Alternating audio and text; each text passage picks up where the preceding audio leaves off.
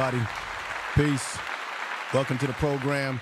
Sorry for the delay. I had some technical problems that I had to deal with, but we're live right now. Let me check a few things on the audio. Let me know if you can hear me by putting sevens in the chat room. If you can hear me clearly, I want to double check my audio because I want to make sure that there's no mess ups with audio today. I have a lot of material to go over with you today about this issue.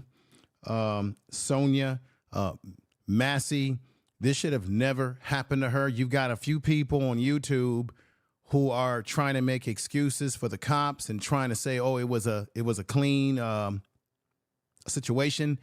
And there are people who are investigators that have said that everything about what he did was not clean. I also am going to be presenting near the end of this presentation today some information that I'm very aware. Well, I'll just tell you all right now.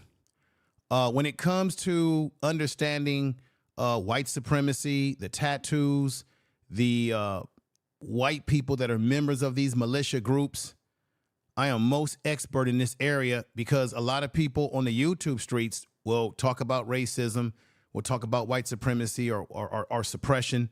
And I'm not here to say that these are things that you should let hold you back. No matter what's happening in the world, black man, black woman, and child, do not let any of this stuff stop you from achieving the things that you want to achieve. But a lot of people talk about these issues on the YouTube streets, but a lot of folks have never really dealt with these type of individuals. I have because of the kind of work that I do. So I deal with gang members of all types. I deal with the Aryan brother. I deal with these individuals, the militia groups, the white supremacists. I deal with them up front, in their face, in their eyes. I know how they think. I know what their mentality is. And I understand the tattoos that they wear and what the imagery of those tattoos represent. You will come to an understanding about this with me as we get near the close end to the presentation today, because as you see on the description of this video today, I gave I believe, my assessment of why she was treated in a way that she has, because there's something that's been happening with policing in this country, particularly with these police departments and how they've been impacted by certain groups. And there is FBI stats, which I'll read to you, FBI reports, FBI research that will back up everything that I'm saying today. The tattoos that were on his arm, I know exactly what they represent. Most people will just guess at it. I don't have to guess because part of the work I do, I work in mental health, but what I do is that you still have to be trained and recognize what tattoos represent on the streets. There's prison gangs, there's street gangs, there's disruptive groups, and I'm very familiar with how these groups operate. If you look on my channel, maybe a couple of years ago, I did a complete video on the symbolism that y'all need to be aware of when you come across people. Like, there's various symbolisms in terms of the tattoos that they wear, the kind of clothing that they wear, the colors that they wear, their boots, their shoes. I know these things because I have dealt with these individuals up close and personal. So there are reasons why, when we say, why are black people being deleted in this way by police? And I'm telling you, yes, it's racism. Yes, it's the way they perceive black women and black men. They perceive us as animals. They perceive us as a threat. But you have to understand the mindset of individuals who go into the police department and the groups that they are associated with and how they feel about us. You know, we talk about a lot of issues on YouTube, but I don't think we talk about the issues that really matters the most. We spend a lot of time talking about gibberish, and we spend too much time in the battle of the sexes, while black people in real time are being taken out. Anybody that tells me that this woman deserved what she got over a pot of water, which did not, those men, those officers, that monster, Grayson, her pot of water would have not been a fatal to his life. But what he did to her was fatal to her life. My God, why couldn't they have took a step back, went outside her house and got a sergeant or got mental health? I'm going to show you, I don't know how many people who have gone, I'm going to play this video. But what I did with this video is I broke everything down in the video. I watched it exclusively. I put my connections head as a mental health therapist on this. And I could tell you, because a lot of people might have missed this in the video, I'm going to show you, you're going to hear it, and I'm going to explain it to you, that that police officer knew that there was something mentally going on with her, and he gave himself away. And you're going to hear it, and I'm going to explain it to you when I show you where exactly in the video shows that he knew that something was wrong with her. Matter of fact, she said that she was on medication. I'm going to break down what kind of medication she was on and how that medication was not a stimulant that was going to make her hyped up enough to be a complete danger. When a person has mental health problems, it was obvious that she was in distress. And their whole approach was wrong. They didn't even have to go into her house when they had told her that they had searched all around her house and in the backyard. So why did they even go in the house? I've got a brother. I clipped a video from a brother who used to be a former police, and he's going to break it down to you better than I can as to why what they did was wrong. Anybody on the YouTube streets that is telling you that this was a clean deletion of this woman, that they were right to do what they did, that they were within the law, because obviously if they were within the law, this man would not be under arrest and now going to be prosecuted. At least we'll have to see. You know how these things go. Let's go into the video. I want to appreciate everybody that's here. Everybody in the chat room, I want to thank you.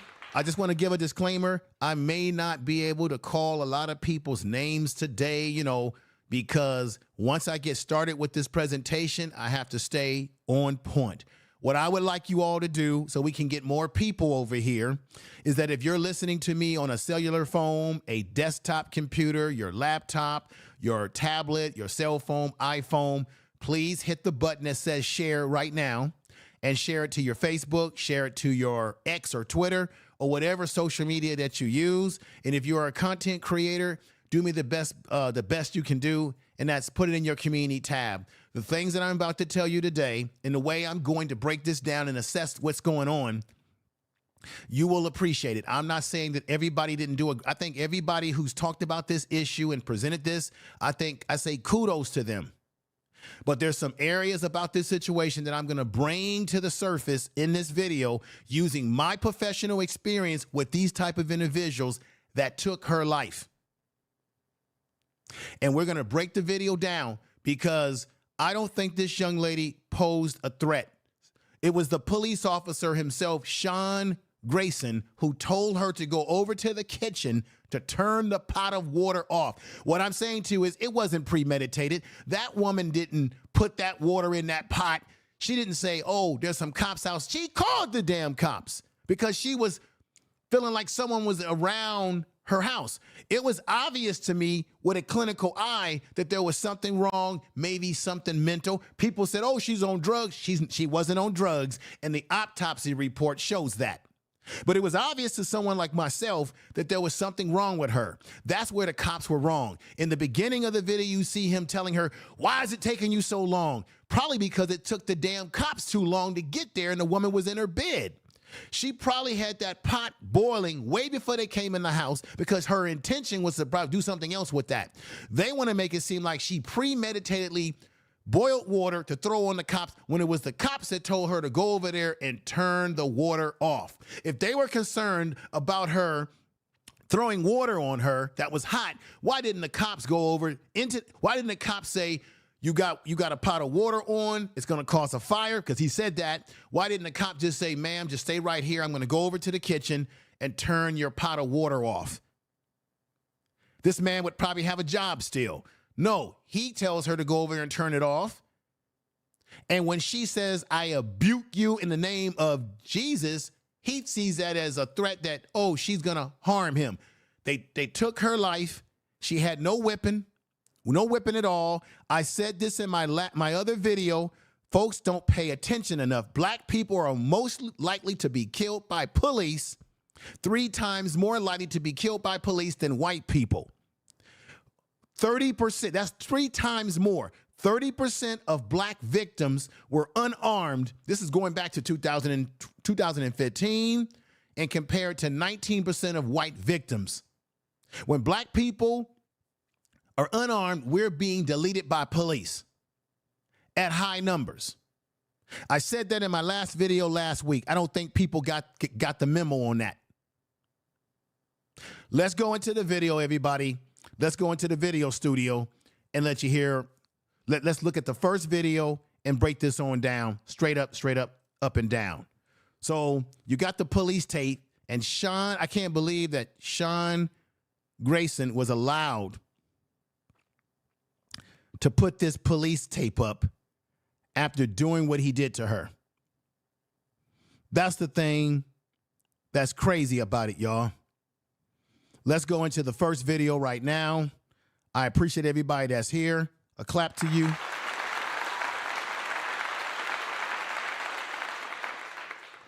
Let me remind you of the situation. Body cam footage of Sonya Massey killing is released as deputies charged with murder. Murder is a legal term, everybody. Massey, a 36-year-old black woman from Illinois, was killed by police after calling 911 for help. She calls for help and she ends up deleted. How does that happen? What's going on, everybody in the chat room? How does that happen? Why does that happen? Here's the first video. Check this out.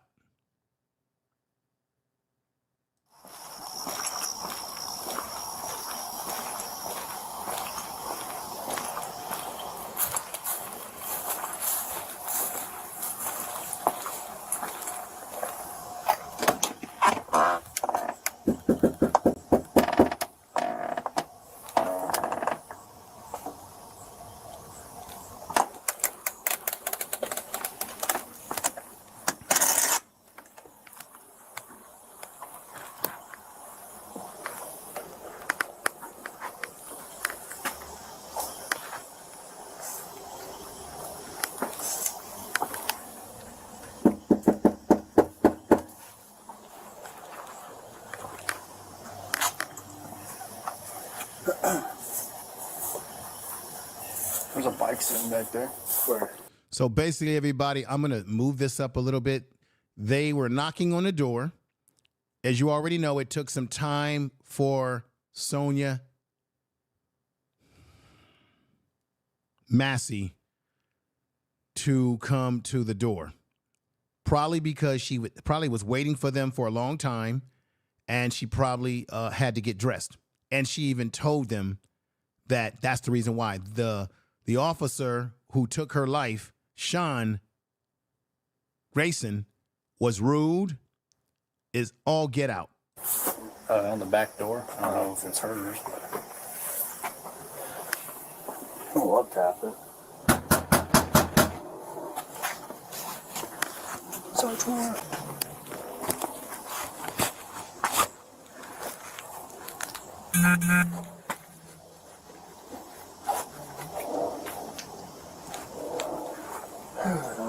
Three 19 contact with us because someone threw a brick to her. You want to try and call her 17 back here and let her know we're out front?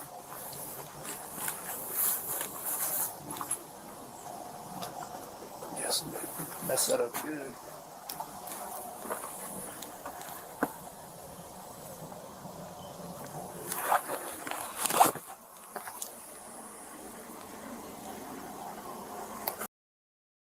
Everybody, I'm going to move it up.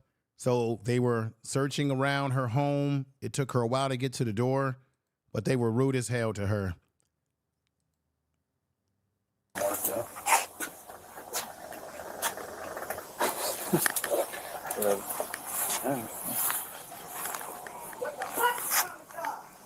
Sheriff's office.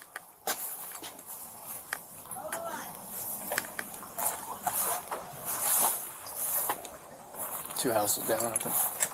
So I bet you any kind of money that she couldn't hear the first knocks at the door, which is why she said, who's knocking at her door, right? That's anybody would do that if it's late at night, a knock at the door. What that tells me, if you use inductive reasoning and educated guess here, she probably called the police and they probably took forever to get to her place to the point that she probably laid down, went to sleep or something. Who knows? Oh, no, it's right here. Put her drugs out.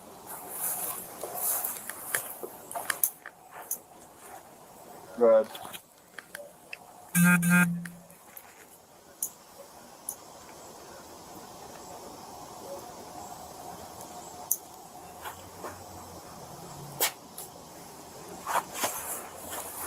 She was yelling inside. Just told us to hold on.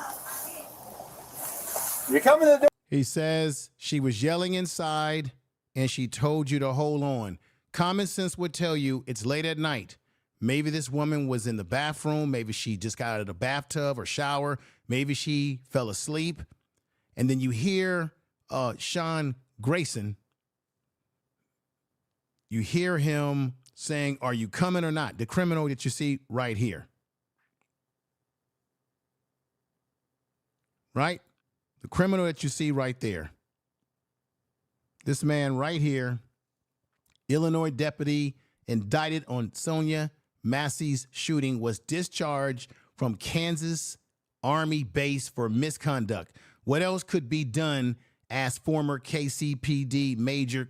This man has been kicked out of the military and several police departments, and I'm sure that most of you all have heard these things before. But this man, Sean Grayson, is despicable. As the woman is telling you to hang on and you say, are you coming out or not? His whole disposition as a police officer who's supposed to serve and protect the community was a negative attitude that he brought to the table. He came there with an attitude, y'all. She was yelling inside. Just told us to hold on. You come in the door or not? Fool, she just told you, and your fellow officer told you, that she just said, can you please hold on? You're dealing with a woman. There could be a variety of reasons why she wants you to hold on, because maybe she wasn't dressed in a decent manner, fool. All right, hurry up. Don't go anywhere today, ladies and gentlemen. I have so much more to show you besides just this video.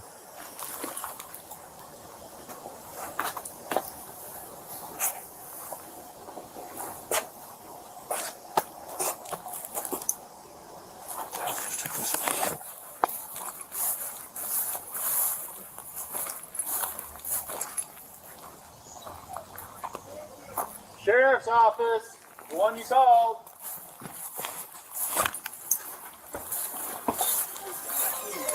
How do you down here and I need to go here? Please don't hurt me. Oh, we hurt you. You called us. Okay, We're not please. So what'd you hear?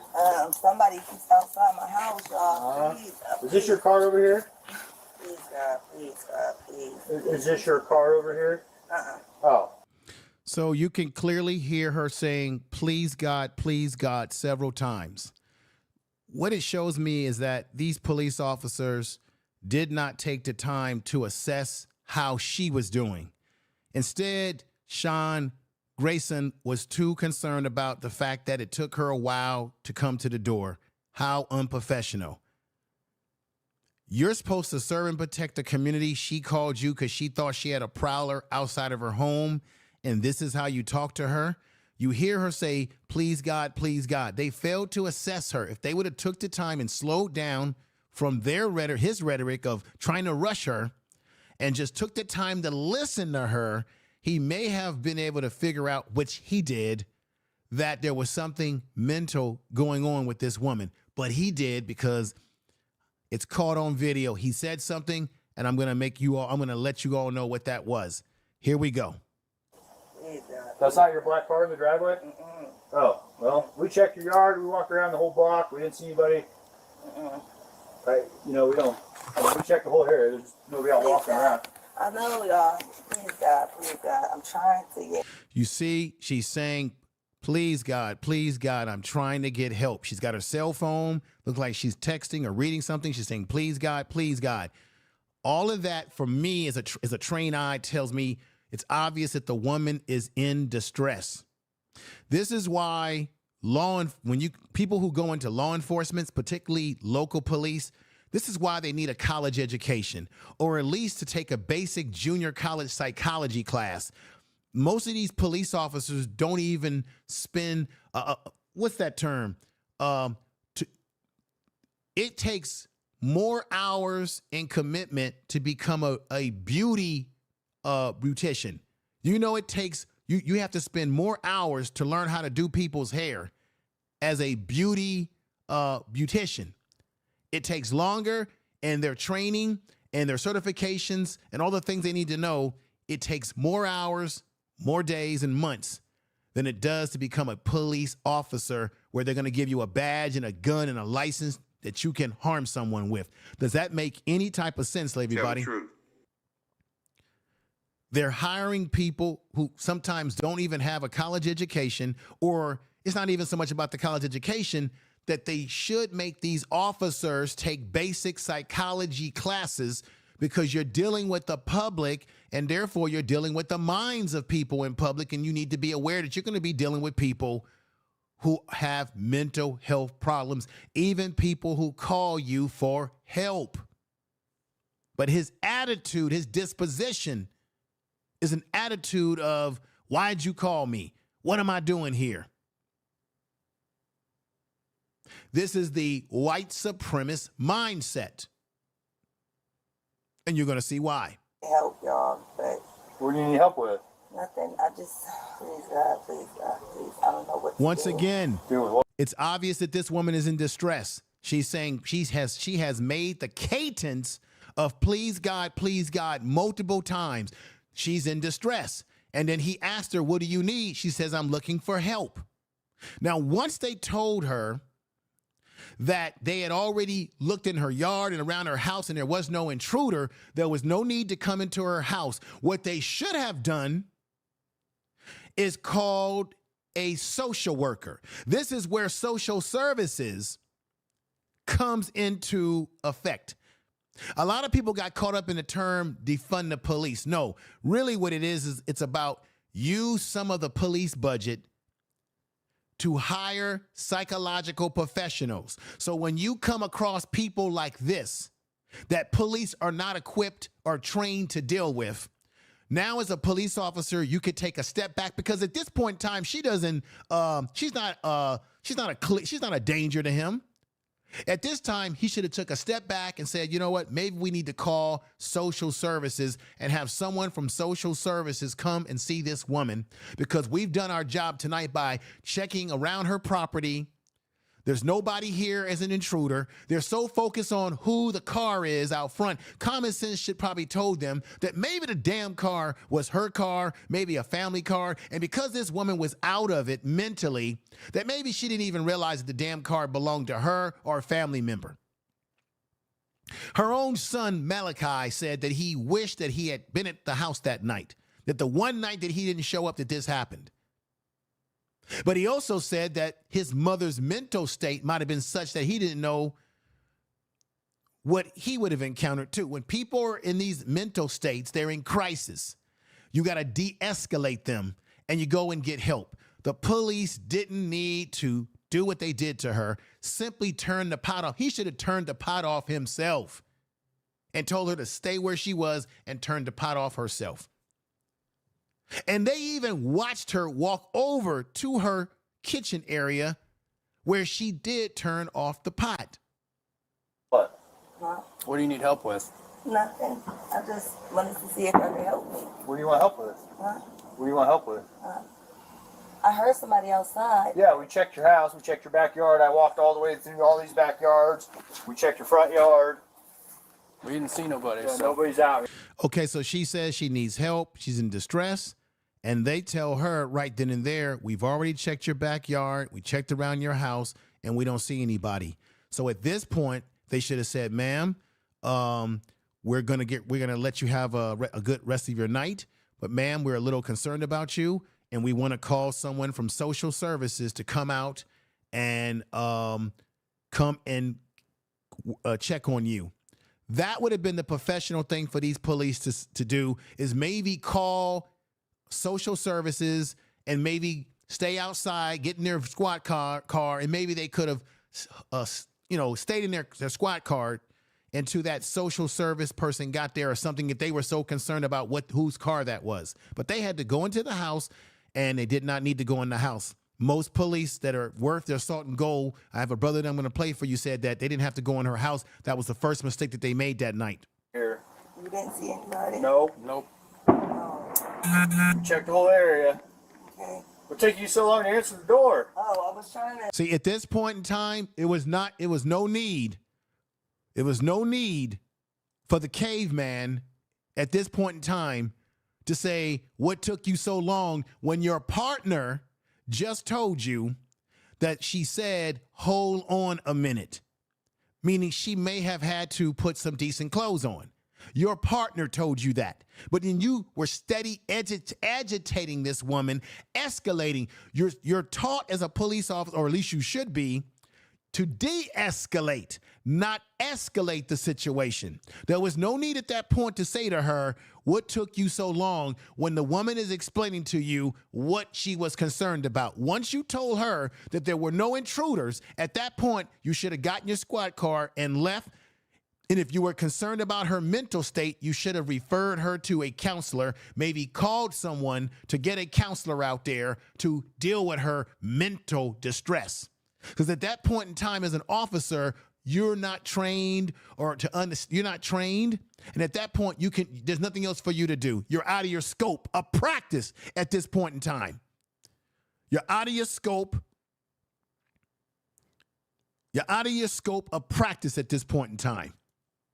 Let's get back to it. Put on some clothes, sir. I'm sorry. I was trying to get. I got you. All right. Is there anything else we can do? So you hear her say, I was trying to put on some clothes. I'm sorry. You're going to hear her say that quite a bit, everybody. She uses the word, I'm sorry.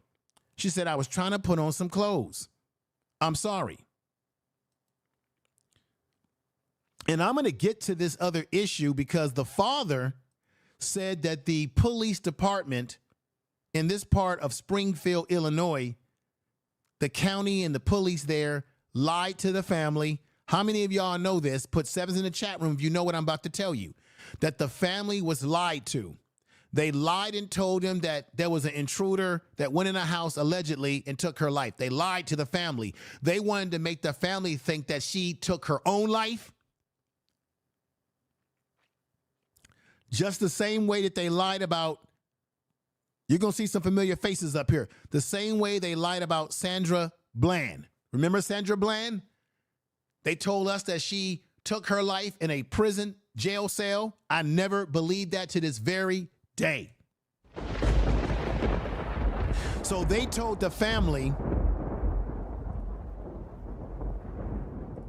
or at least they attempted, that, oh, we think that she took her life. Then they attempted to say allegedly to the son, oh, somebody came in the house, an intruder, and took her out. The sheriff's department in this community, they lied. And the sheriff's department in this community is ran by this man, Sheriff Jack Campbell, answers questions during a news conference in Springfield, Illinois on January 28th, 2020. This happened all the way back in 2020, y'all. Or no. This is a picture. Let me correct that.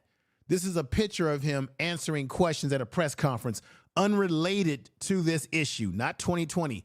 But I'm just putting it up to let you see what the police chief, who her father says is despicable for letting a man like this, a white supremacist, be a part of this police department, a man who has a dirty record, a man who has DUIs, a man who's been kicked out and booted out of 6 police departments prior. And he has misconduct in the military, y'all. She sits up there and tells him, I'm sorry, I had to get dressed. This fool doesn't even have the common sense. For you? Huh?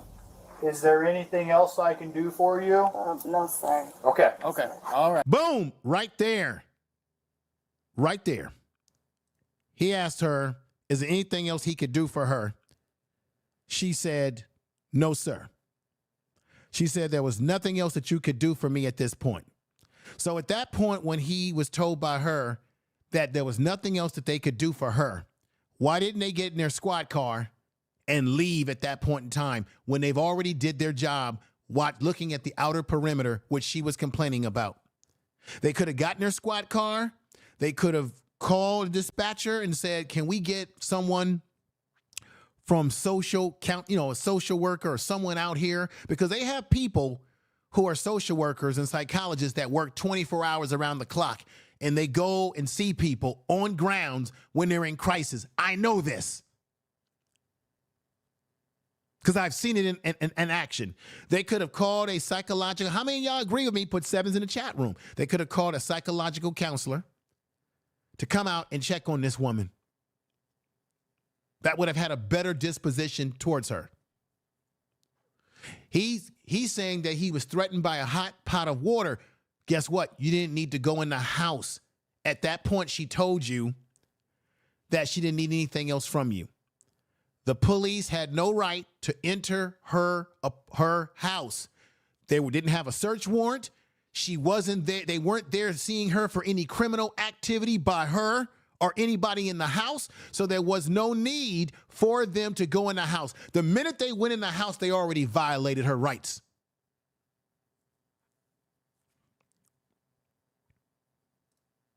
You doing all right mentally? Yes. Sure? Thank you, everybody. Share the video. Share the video. Okay. I love y'all. Thank y'all. All right. That's not your black car, though. That's you. They're so damn focused on the black car. Why? She didn't call you about a car. So actually, ladies and gentlemen, damn it, I'm really mad right now. I'm pissed off. The black car that's parked in her garage area of her house or on her property, it's at that point, it's none of your damn business. For all you know, that could be a car of a family member. That might be her car. But at this point in time, no crime has been committed. Even if that car was parked there by somebody who don't even live there. Man, everybody, we see this all the time. Somebody, if you got a house or you live in an apartment complex, you go outside and you say, damn, somebody's parked in my garage, right? My parking lot. Somebody's parked in my spot. That happens all the time. At that point, there was no sense of them pressing the issue about the car when she wasn't pressing any issue about a car. She had already said, I don't need anything else. She even said again, thank you. She was very polite, trying to go back in the house. Everybody's painting her out to be a monster because she had a pot on the stove that she was boiling prior to them getting there. So it wasn't premeditated. See? Whose is it? They're so focused on who car it is, man. If y'all so concerned, ooh, I am pissed off, everybody. I am pissed off, and you should be pissed off.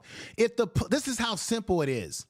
If they are so concerned about that car and who belongs to that car, all they had to do was take down the license plate number and the registration number. They got them big ass, these damn police got them big ass flashlights, right? All they had to do in their investigation was to take down the license plate number and the registration number in the car if they could see it. Am I right or wrong, everybody? Hit sevens in the chat room if you know I'm right and wrong, and I'm right, and I'm cooking with grease here. All they had to do was do that, and they could have ran. Oh, my God.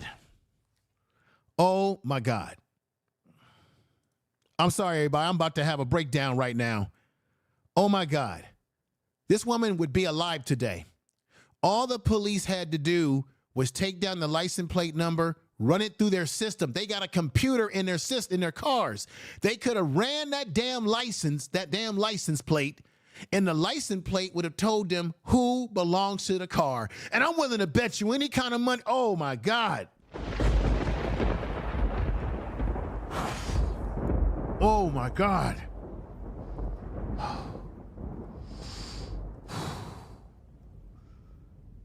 if they would have ran the license plate that night, these damn Keystone cops, they probably would have found out that the car either belonged to her, and that would have been the end of the damn story, or they would have found out that the car belonged to somebody else that probably lives with her, like a son or a brother or a cousin or something, or they would have found out that the car belonged to somebody else.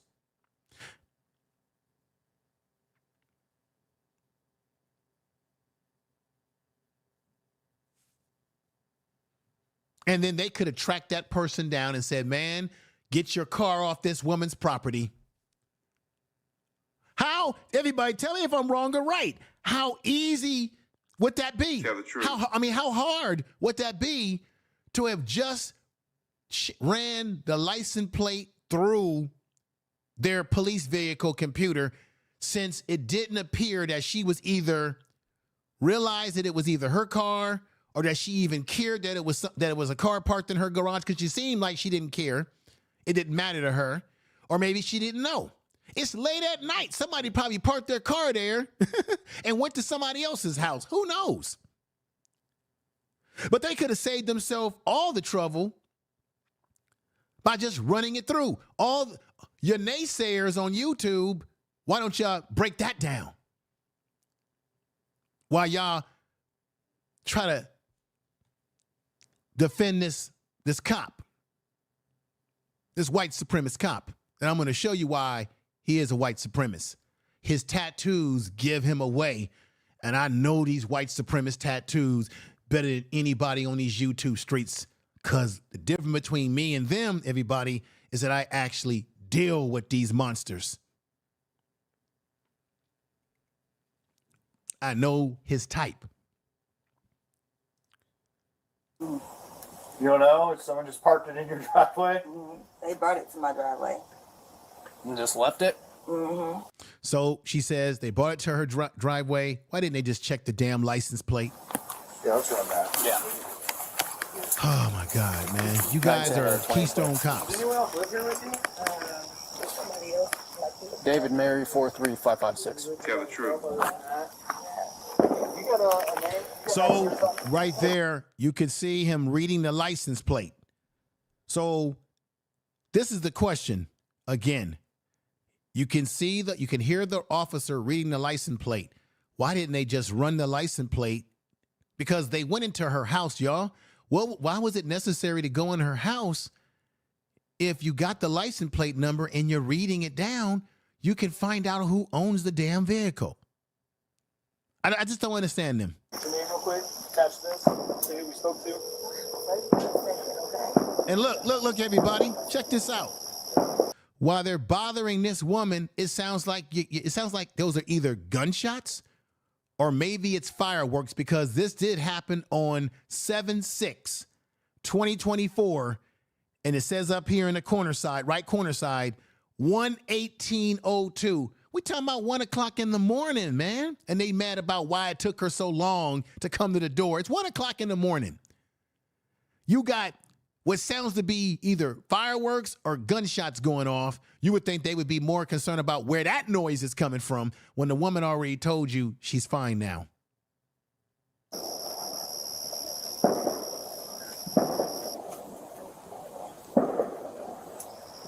Y'all hear them? You hear them sounds? You hear it again? Several. Do y'all hear all them sounds in the background? Why are they not concerned about those sounds?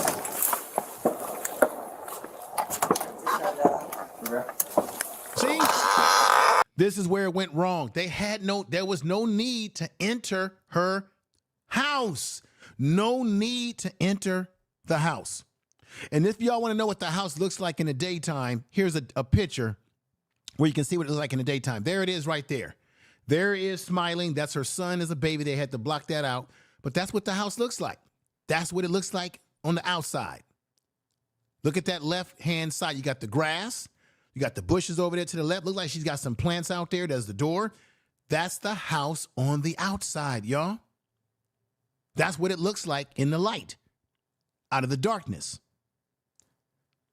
They didn't have to go inside.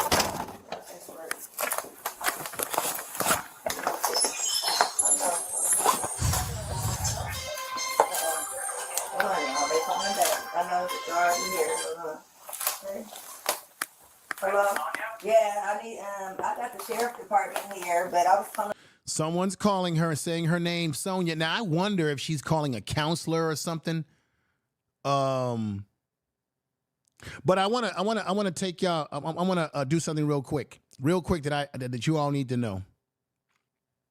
Just real quick, everybody. I'll be back with that real quick. Like something I want y'all to know. She told them that when she came to the door, I'm sure you all have seen this video several times, but I'm trying to break this down. Remember, she said out of her own mouth, she said something about being on medication, right? And to the naysayers that are saying, oh, this woman was on drugs or some kind of, no, this is what it was right here. Check this out. Sonya Massey's autopsy report showed that she had gabapentin. I'm familiar with the gabapentin. She had gabapentin in her system. The active ingredients in gabapentin is cannabis. We all know that marijuana or cannabis is not a stimulus that gets you hyped up like taking cocaine or something. We know that cannabis or marijuana mellows you out. But she was on gabapentin, so it's obvious that the woman has some mental health issues. Check this out. Let's break down what gabapentin really is. Gabapentin is used to treat, I don't know if anybody's going to break it down to you like this, ladies and gentlemen. Gabapentin is used to treat epilepsy, which she may have had. It also is taken for nerve pain. Maybe she had nerve pain, y'all, which can be caused by different conditions, including diabetes. Maybe she had diabetes, y'all. Tell the truth. Right? And shingles. Maybe she had shingles, y'all.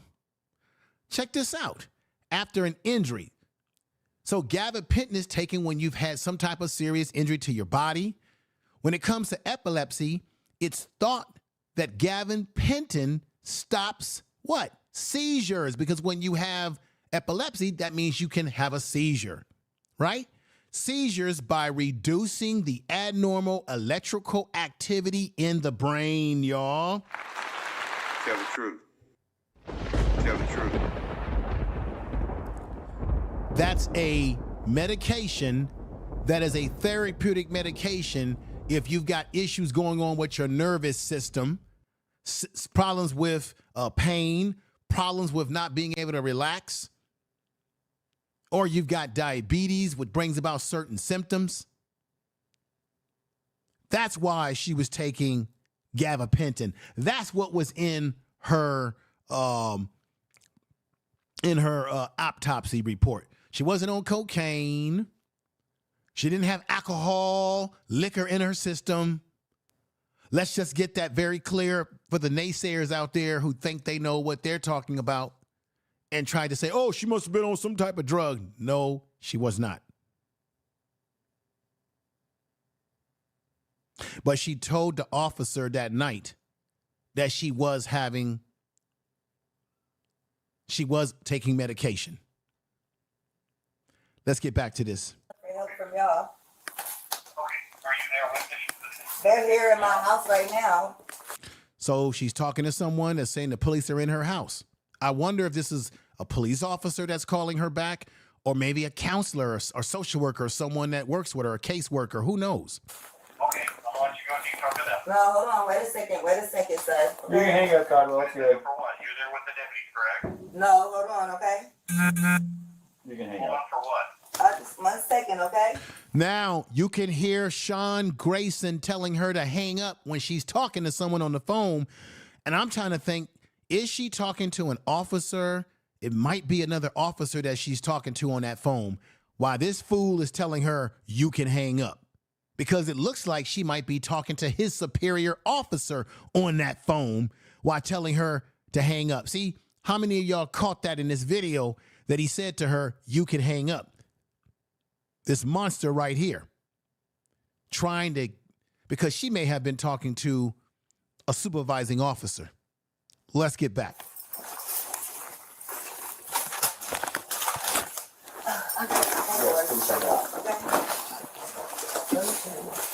So at this point, this woman does not pose any threat. There were no weapons found. Okay. What's up? I got some paperwork. Can you grab that Bible, please? Yeah. Hey, I just need your name so we can get out of here. So it's obvious that this woman has religious ideologies, right? Meaning my impression of her is that she probably reads her Bible. She's probably very religious and probably calls out things in the Bible like I rebuke you in the name of Jesus. I bet you she says that sort of stuff a lot. I bet you that's something that she says quite a bit. She appears to me to be someone who's maybe religiously preoccupied or religiously focused. She says, "Can you grab my Bible?" And she also used those words, "I rebuke you in the name of Jesus." The woman is having some mental problems. This is where the cops screwed up. They should have left the house. Once she said she didn't need any more help, they could have checked the car outside to see who it belongs to. They could have drove away, called someone in social services to come over and check on her. They should have said, "Hey, we want a welfare check from someone, a counselor, to check on this woman because we're a little concerned about where her mind is." That's it. They didn't have to go into the house. The minute they went into the house, they already were escalating it, and they did not have any right to come into the house. Matter of fact, the police never asked her, "Ma'am, do we have your permission?" Because she wasn't the criminal that night. "Ma'am, do we have your permission? Ma'am, do we have your permission to enter your home?" They never gave her a choice because, one, they had no search warrant, so they had no business going into her home, y'all. They just violated her rights. Two, she wasn't under arrest, so they never read her Miranda rights. Three, she called them. There was no need to go in her house, and they never asked her, could they walk into your house? This fool just walked up in there and agitated this woman in the way that he did. It was wrong. Totally wrong. Let's get back to it. Was there any damage previous to your car? Previous, yeah, it was. Okay, what was the damage? A dent, I believe. What about windows? Oh, it was something that happened earlier. Okay. I don't know how many people caught this right here, but I've caught it. So what it tells me, everybody, what it tells me is that they did figure out that it was her car. So because why would he be asking her, "Ma'am, do you have any dents in your car? Ma'am, do you have any damage to your window?"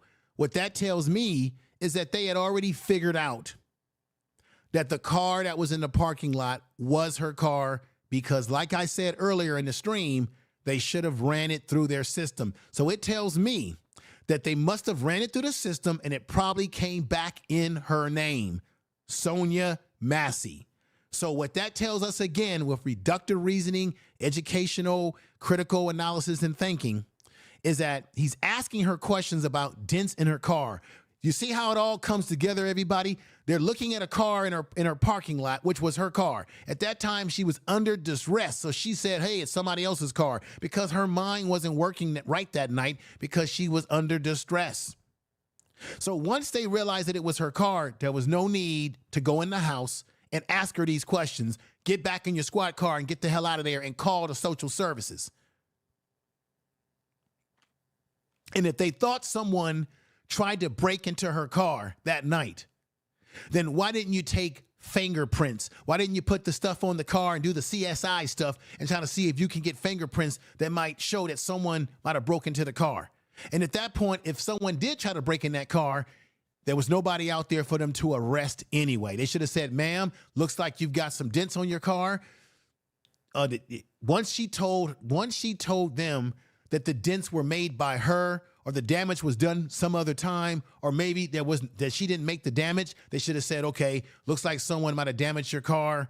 Man, at that point, they should have left because there was nothing else for them to do because there was nobody to arrest. Thank you, Blaze. Thank you, brother. I appreciate you, Blaze, for giving me that super chat, brother. Thank you. Thank you for the super chat. Thank you for the super chat. I really appreciate that. You see what I just caught there? Why is he asking her questions about when did she damage her car? Just listen to this one more time. Paperwork. Can you grab that Bible, please? Yeah. Hey, I just need your name so we can get out of here. The reason why he was asking her name, because he probably wanted to know the name to match it up with the information that came back from them running the license plate of the car in her garage or in her outside of her house. And that's why he started asking her, everybody, all those questions about, ma'am, that you recently dent your car, that you recently have damaged your windshield, because they ran the license plate and he asked her for her ID or her name to see if it matched up with the car outside. This is where the analysis and the critical thinking comes in, everybody. But two, check this out. He never had the right to ask. He never had the right to ask her this information because they never had the right to come in her house when she was never a suspect. And at this point in time, she had already told the cops that she didn't need anything else from them. But this fool still forced the agenda to continue probing her. But I'm just telling you why I believe, through deductive reasoning, that he asked her the question about what her name was. Again. Okay. What's up? I got some paperwork. Can you grab that Bible, please? Yeah. Hey, I just need your name. Boom. She says, can you grab the Bible? He says, I just need your name, because he wants to confirm if she's the person that owns that car out there, y'all. Get out of here. Was there any damage previous to your car? Boom. Why would he ask that question if the woman told him that she didn't know how the car got there? It's obvious that he knows that it's her car, which is why he's confirming the name. You see what's going on here, y'all? So if it was her car and they knew it, he didn't have to even, once she told him her name and he realized it was her car, they should have left and just said, ma'am, you got some damage to your car that you might want to check out in the morning, because there was nobody to arrest at that point. Previous, yeah, it was. Okay, what was it? Okay, she admitted previously that it was damaged. A dent, I believe. She says a dent. What about windows?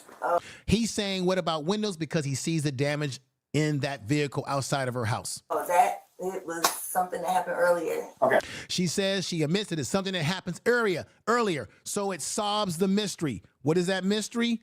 The car belongs to her, okay? Tell the truth. Therefore, mystery solved. Get the hell out of her house. Say, ma'am.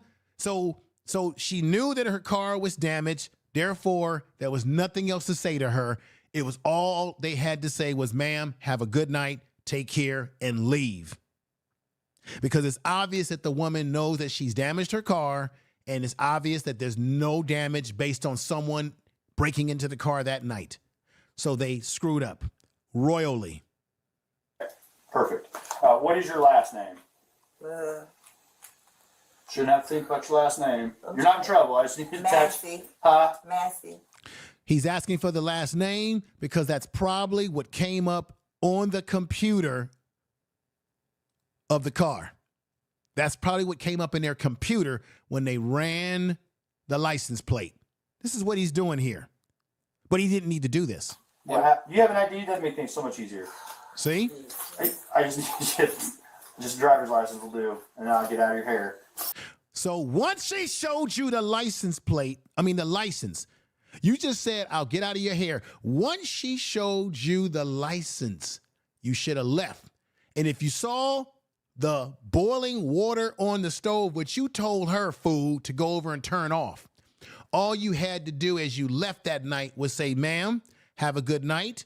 We realize that it's your car, and make sure you got some water over there boiling on the pot. Make sure you turn that off, ma'am, because we don't want your house to catch on fire. You have a good night, ma'am. That's all they had to do. Walk out the door, and fool, you would still have a job to this day, even though you've been let go from 6 police jobs. And then we got fools on YouTube talking about it was a clean shoot, and this man has a dirty record as a cop. I want to show y'all my paperwork. I will get your paperwork. What paperwork? Okay. See, this is where this is ridiculous. You asked a woman for, maybe she doesn't have, Let's go ahead. That's some paperwork. Well, just from- get your ID real Well, let's quick. get your ID first, and then One task at a time here. Okay, let me Here, find grab it. your ID for me. And I'm going to tell you right now, folks, she never had to show them her ID. They were way out of their scope right now because she's not a criminal, and they never asked her permission to enter her dwelling, or did they have a search warrant to be in that house. They had no business going in her house. Once she shows the ID, it's time to go. I'm pissed off, Your y'all. ID. One task at a time. So let's do an ID, and then you can dig around for your paperwork. There's no need. Maybe she was going to show them paperwork that shows that she has mental health problems. I don't know. But they didn't even need to ask. They should have just said, once we see the ID, ma'am, we're leaving. I don't know where my ID you is. can stand that stack right there, maybe. 1 second. Check on her. You see him pointing. You know why he's pointing? Because he sees the boiling hot water on the stove. So he's pointing to his partner of what's going on. That's why he told her to go over there and turn it off. If he was so threatened by this woman, why would you ask her to turn it off? He should have told his partner, go over there and turn. Man, he should have said, ma'am, I'm going to have my fellow officer turn your boiling water off because we don't want to catch in fire here. I want you to see how he points to his partner about the hot boiling water, which means that they were aware of it. Get your ID real Well, let's quick. get your ID first, and then One task at a time here. Okay, let me Here, find grab it. your ID for me. Okay. Your ID. One task at a time. So let's do an ID, and then you can dig around for your paperwork. I don't know where my ID is. Now I want you to look at these tattoos on their arms. That tattoo from the other officer right there, that arm that's sticking out, that's white supremacist symbolism on his arm. That's his partner. His partner's rocking the same symbol. That's white supremacist symbolism. I know it. I know it. stand that stack right there, maybe. Boom. He's pointing. Where is he pointing, ladies and gentlemen? Thank you to Real Aaron. Thank you very much for the super chat, brother. Thank you. You are listening to Infiltration Man. Please make sure to subscribe to his channel. Brother Blaze says, peace and respect, Information Man in the chat. Triggered tragedy unfolds once again, and it's a damn shame. Sonya should still be here. I have to catch the playback on the late. Thank you, brother. Thank you very much. Aaron, the real Aaron Collins, brothers, good to see you over here. Says salute info. Thank you very much, brother. Thank you, everybody. Golden Melanin, Jill's Chocolate Boutique, Queen I Know I Am, Divine Perfection. You are a professional, sister. You know what I'm talking about up here. You probably have dealt with these things. Everybody knows that what I'm saying is the God honest truth. You probably have known people like Sonya Massey who is struggling with mental health issues. Maybe even someone in your own family. We got Wow William 454. Everybody, I really respect you in the chat room today, showing up and share the video on your social media. So right there, he's pointing because he clearly sees that she has something boiling on the stove, so it wasn't premeditated. So I don't understand, why didn't he tell his partner? Because she didn't pose a threat. Hey, ma'am, is it? He should have just had his partner go over there and turn it off if they were so concerned about it catching on fire and burning the damn house down. 1 second. Check on her. Let me do this. No, we don't So they allowed her to get up, walk over to her kitchen area. get fire while we're here. There she is with her nightgown on. That's the hot stove of water. Yes, that is water boiling. Right. Now, they told her to turn it off because of the concern about it being a fire. Check on her. Let me do this. No, we don't need a fire while Boom. We don't need a fire right now. Once they told her to turn off the hot water and the boiling water on the stove, that was the time to exit and leave her premises and say, ma'am, have a good night. She already showed you her ID, or you already have figured out that the damn car is her car. You know why? Because when you run a license plate, you might even see a picture of the person's license. Therefore, he knew that that vehicle was her vehicle. They could have left and said, ma'am, you got hot water on the stove. We don't want you to catch fire tonight. Turn it off. Have a good night. We're leaving. Boom. Simple as that. Now he keeps a job. She's alive in the whole 9 yards. Damn it, damn it, damn it. Right. Okay. Let me see. Okay. You see, he's laughing. So they tell you on the one hand that they feared for their life because she says, I rebuke you in the name. I rebuke you. I can't even say it, man. Y'all know how it is. Man, I rebuke you. I rebuke you in the name of the Lord. I'm having a tongue tied here. Y'all know what I'm trying to say. He's saying that she said that, and that's triggered them to take her life because of the hot water in her hand that they said she threw on them. But the man is laughing when she turns the pot off. He's literally laughing when she turns the pot off. In the kitchen, you can hear him giggling. So that is, I mean, something's not right here.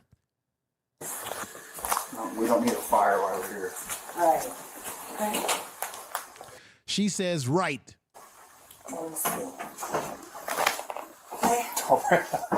He's laughing. Huh? Where you going? Away from your hot steaming water. Away from the hot steaming water? Yeah. Oh, I would rebuke you in the name of Jesus. I rebuke you in the name of Jesus, she says. I'm saying the name right. I rebuke you in the name of Jesus. How the hell is that a threatening word? It's obvious that the woman is religious. She asked you when you came in her house without her permission, can you give me my Bible? Rebuke you in the name of You better fucking not. I swear to God. Why would that pose them? Look, even if this woman, even if Sonya Massey was getting ready to throw the hot boiling water on the officers, you know what they could have did? They could have backed up, everybody. They could have backed up. They could have backed up and went out the house. Ask yourself this. All right, that's working right. Ask yourself this, everybody. If they say that if the woman has a pot of hot water and you're concerned that she's going to throw it on you, why would you just stand there and pull out weapons? All they had to do was say, man, we're leaving, bye. All they had to do was go out the damn door that they came in. All they had to do was back up to make sure that if she did throw the water, it would not hit their bodies. All they had to do is, let's get out of here. Go out the front door that you came in, that you never had permission to come in the first place. When you never needed to ask her all the things that you had asked her, when you knew that that was the woman that you were looking at because you saw her picture on your computer when you ran her license plate. That's why you asked her all those questions about, did you dent the car? Did you break the glass windows on your car? Because that's why you knew it was her, because she gave you her first name, Sonya, and that's what was on the damn computer in the car when you ran the license plate. I'll fucking shoot you right in your fucking face. You can hear him saying, I will shoot you through your effing face. So he told her over a damn pot of water when all they had to do was go out the damn door, exit stage left, exit stage right. Tell the truth. There was no need to stand their ground when they could have gotten out of the place. It's not like she had a weapon, meaning not like she had a gun. So, yes, even if she would have thrown the water on them, it would have been a really bad experience to have hot water thrown on you, but it would not have taken their life. They would still be alive to be with their family, but she's not alive to be with her family. She already told you that night when you came in that she was on medications. She was already saying things like, I need help, repeating words. Already. I'll be right back, folks.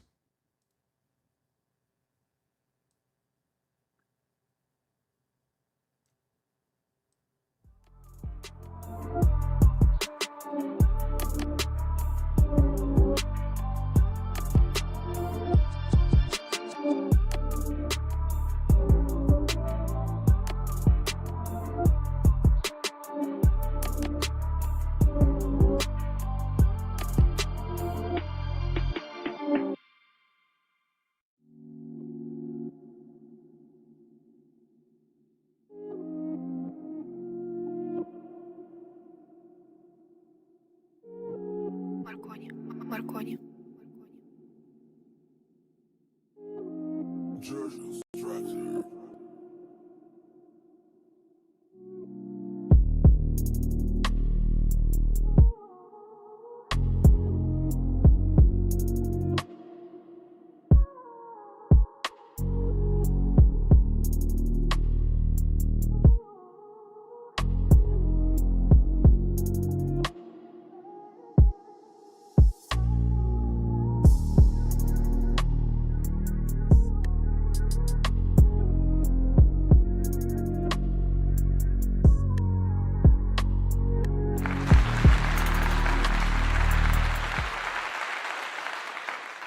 Okay, everybody, I'm back, but you all see what I'm saying, that this whole thing should have never happened. Let's go to the next clip that I have here.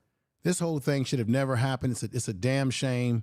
Here's a picture right of him at the door with her when she was already saying that she was saying, oh God, oh God. She was saying, repeating, and she also said that she had been on medication.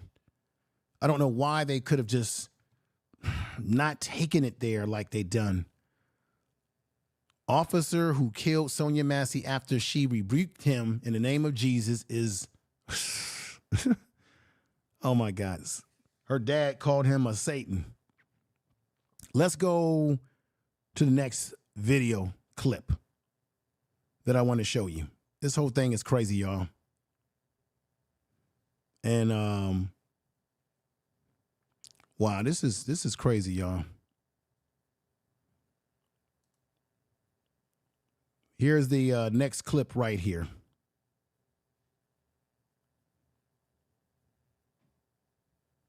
Now, when they did this to her,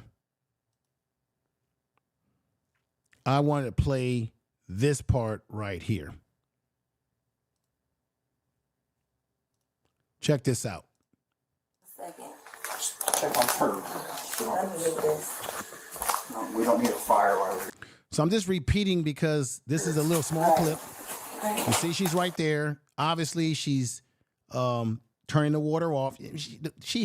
There was some mental health issues going on here, y'all. Let me see. Okay. Where you going? Huh? Where you going? Away from your hot steaming water. Away from my hot steaming water? Yeah. Oh, I would rebuke you in the name of Jesus. Huh? Rebuke you in, And here's the other clip right here I want to show you right here. rebuke you in the name You of better fucking not. That's where This is from another I'll angle. fucking shoot you right in your fucking face. Okay, I'm sorry. See, boom. See? You see how she's ducking down?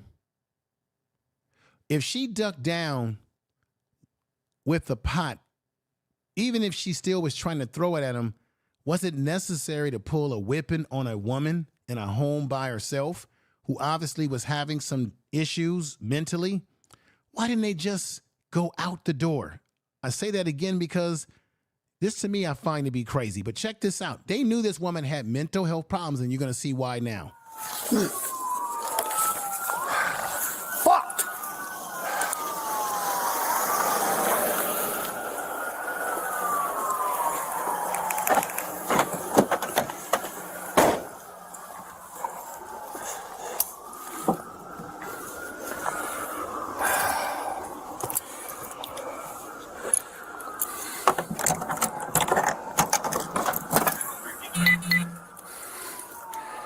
318, do we got any call history with her being 1096? Boom. Boom. That's very important, y'all. They said, do we have any history of her being 1096? Hear this again. 318, do we got any call history with her being 1096? This is what a 1096 is. It's a police code, 1096. Mental patient, detained suspect. Now, she was not a suspect, but him saying 1096 is him recognizing that what? After he took this woman's life, now he's want to ask the question, do we have any history of her being 1096? Meaning he knew there was something mental going on, because why would he call out the 1096? Let me put this up to you and break down what a 1096 is. Depending on the state, as some states have different codes, But in most states, a 1096 refers to a mental person being dealt with by an officer. Being dealt with by an officer. A 1096 is a call to the police that we have a mental patient, a mental suspect, meaning a suspect that's mental. But this is the thing. This woman was never a suspect because she called the police. They didn't come there looking for her because she was the criminal. They entered the house when they had no right to do that and didn't need to do that. That's what a 1096 is. So he's obviously admitting to something that he already knew.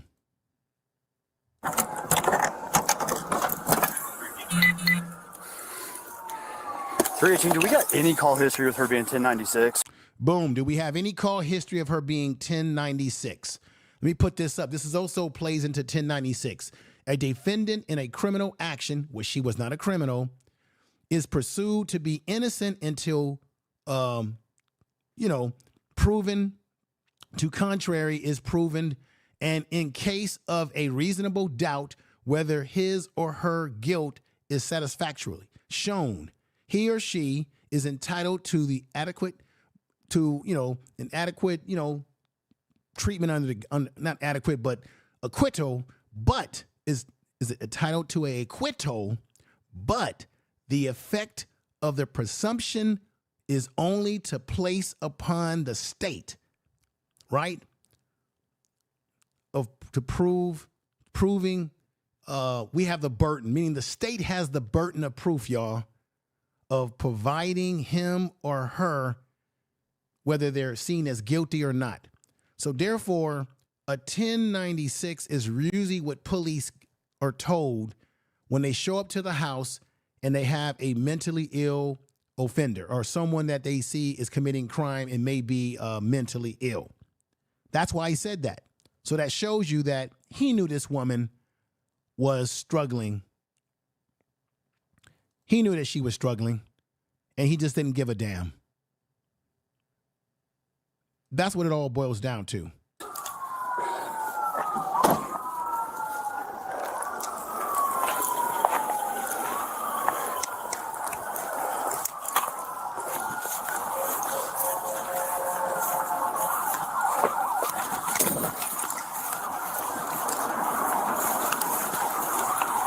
I will explain a lot. Negative.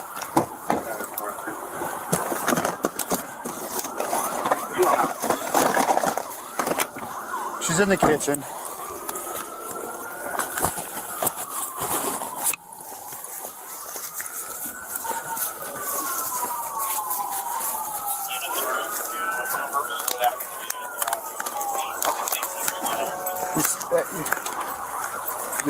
Just Sergeant, who, no.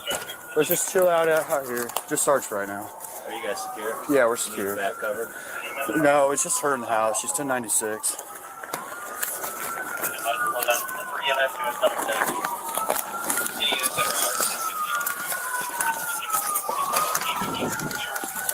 So, is there anything you think we can do for her? No. Alright, I'm not even gonna waste my med stuff then. No. Alright, I'm not even gonna waste my med stuff. All right, then. I'm gonna pull out of that. Let's go right here. Around the house, if you guys can. Other than that, that's, I think, it. Anything else suspect? Me. Oh, I didn't know what happened. You got any questions? Yeah, I'm good. This fucking bitch is crazy. Boom. Did you hear that? He says, yeah, I'm good. This F&B is crazy. So he had no respect for this woman from day one. He walked into night one that he walked into the house. I didn't know what happened. You got any questions? Yeah, I'm good. This fucking bitch is crazy. Boom. Stop it right there. You see the language that he uses? You see the disrespect that he engages in? You see that, everybody? Did you hear, everybody? If you heard that, definitely put sevens in the chat room. The disrespect of this man. I didn't know what happened. You got any questions? Yeah, I'm good. This fucking bitch is crazy. The woman already told you she was on medication. It was obvious that she was on distress, and you just didn't have good disposition at all. They didn't care about this woman. They didn't care about her. They didn't give two anything about her. Let's go to the next clip that actually shows you their lack of respect, his lack of respect for this woman. And here we go. Yeah. Where's he at? Inside with me. He's good. Yeah. That's my fault, man. I didn't know it was. No, dude, it was good. It fucking happened so goddamn quick that we didn't have time to fucking call shit out that it was me and. Yeah, that's what I was trying to figure out. He calls her dipshit. He claims, oh, we didn't have enough time to call it out. Remember, she did not get proper medical care. When she laid there, they let time lapse.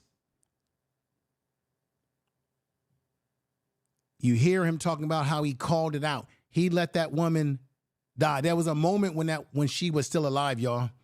He let a lot of time lapse before he actually called out to get the meds there, the medical personnel. He's a monster. We didn't have time to fucking call shit out that it was me. We didn't have time to call. See? And. Yeah, that's what. He said they didn't have time to call shit out. Yes, they did. They didn't have to go in the house. He could have called someone, a social worker, someone to help Sonya Massey. He did. He just kept pressing the woman and escalating the situation when he didn't need to do that. I was trying to figure out, make sure we need to look for someone. No, we're good. I think she set it up on purpose. So, here's what it is. It is what it is. You see the kind of bullshit that goes Tell the on? truth.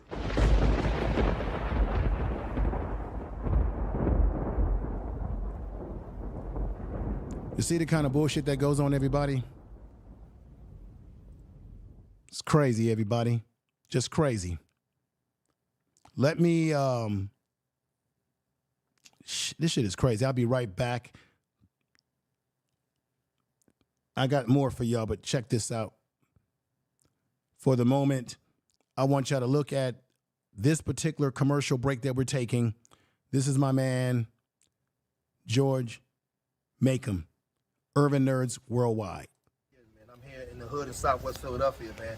We out here trying to save life, save souls. We trying to change the mindset of the youth. We say urban nerds, not urban shooters. We say death to the real nigga. We not talking about killing any niggas. We talking about killing that nigga mind, consciousness in the minds. We say, we lift up our hoodies and we say nerds over niggas, right? We want to bring black intelligence back to the community, man. We want to raise up our young boys and teach them that they can be something other than being a so-called nigga, man.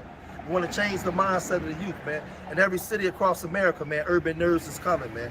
A lot of our kids, they jump off the porch early, man. They jump off the porch. These young black boys, they jumping off the porch into an unforgiving world, man. An unforgiving world. And a lot of them is not mentally ready for this culture, this deaf culture that we celebrate in the community that we come from. So we created Urban Nerds to save souls, to save lives, man. And we teach young black boys to go out and start saving the lives of young kids at their age. We want to be a light in a dark room. We want to be a clean glass next to a dirty glass, man. So look for Urban Nerds coming to a city near you. Peace.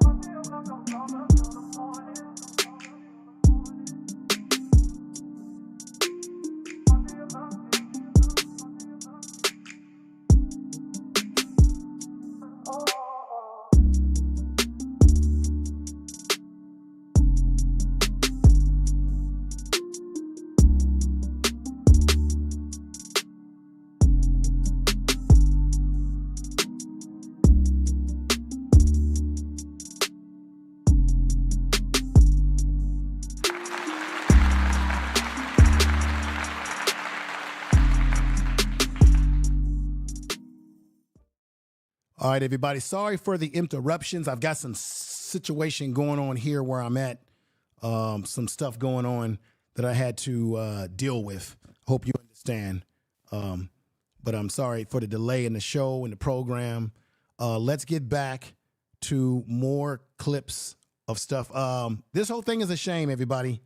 Let me know how you feel about this situation in the chat room. Share this video.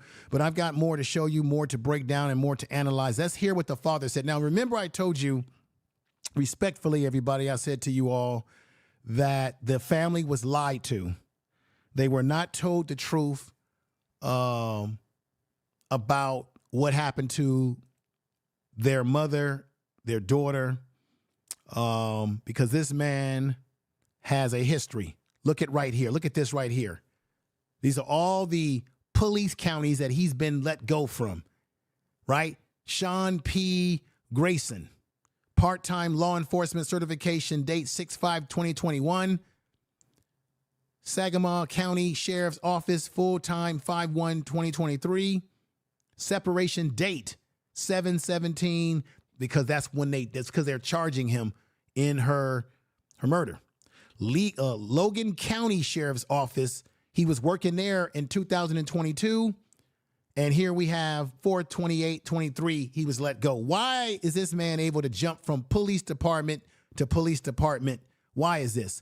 Then he was at another police department on 5/20/21 and let go on 12/31/21. Okay. Kincaid Police Department on 5/18/21, he was let go after being let go from the other police department in December 31st.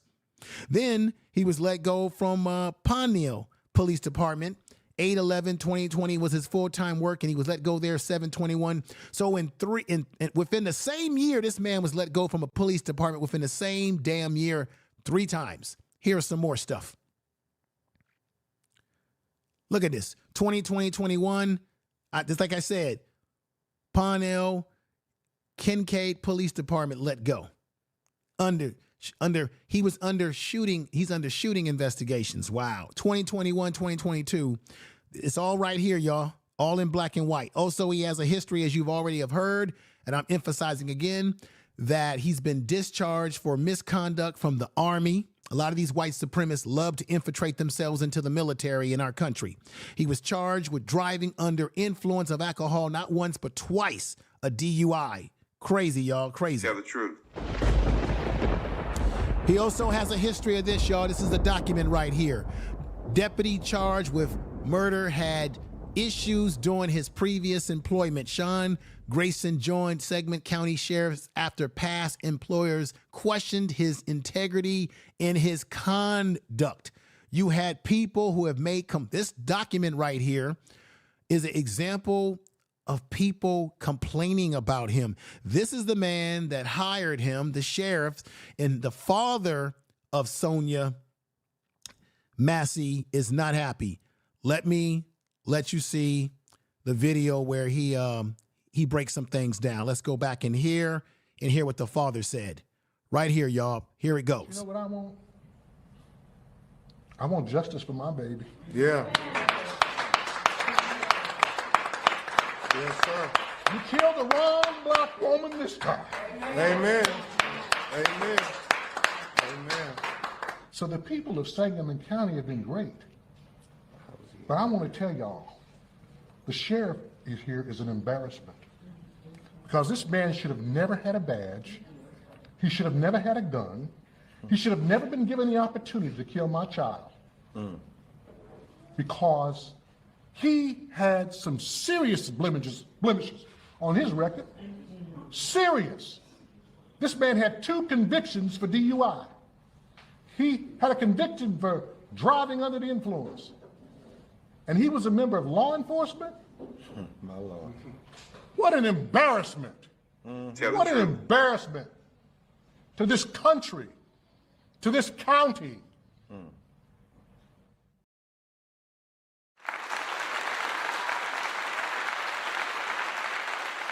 You see? You see there? Let's listen to the son and what the son had to say. This is really, it's really sad, y'all. Listen up.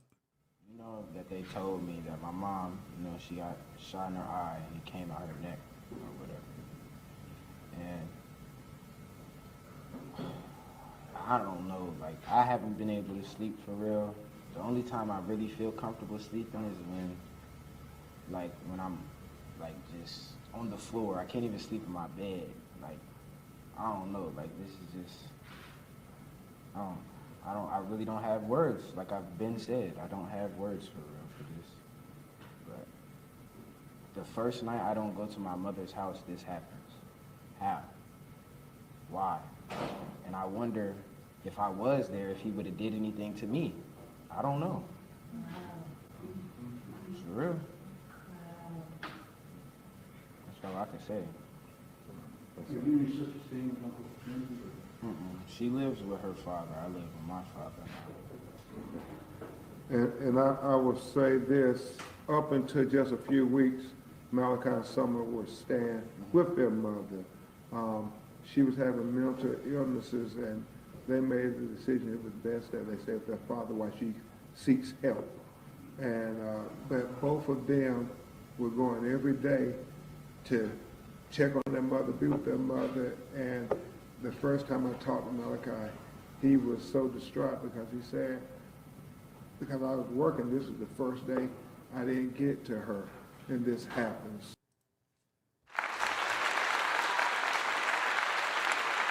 So you see, let me let you hear what an expert said about what the police did and why they were wrong. Check this out. She called 911 to report a prowler outside of her home, and Sheriff's Deputy Sean Grayson and his partner showed up. You see them outside and then inside her house. Mistake one, according to University of Pittsburgh School of Law professor and use of force expert. Never had to happen. David Harris. The whole encounter could have ended on the front porch. Deputy Grayson eventually instructing Massey to check. Everybody did not just say that. Did not just say that this whole thing could have been ended if they just never enter her dwelling. Did not just say that, and I'm not even an expert on this sort of stuff like the man there. Did not just say that. Put sevens in the chat room if you heard me say that. On the stove. He says they don't need a fire while there. That's when things take a turn. Massey turns off the stove and picks up a pot. Harris calls this the pivotal moment. She simply says, while she's holding this pot of water, I rebuke you in the name of Jesus. This is not a threat. This is not a sign. Facts. It's not a threat. Truth. It's not a threat on one's life. Of danger, but this causes one of the deputies to pull his weapon. Deputy Grayson, who raises his gun. Massey is seen apologizing and ducking for cover. That's when he shoots her. 3 shots are heard. It just gives no basis for using force, and certainly not deadly force. Right.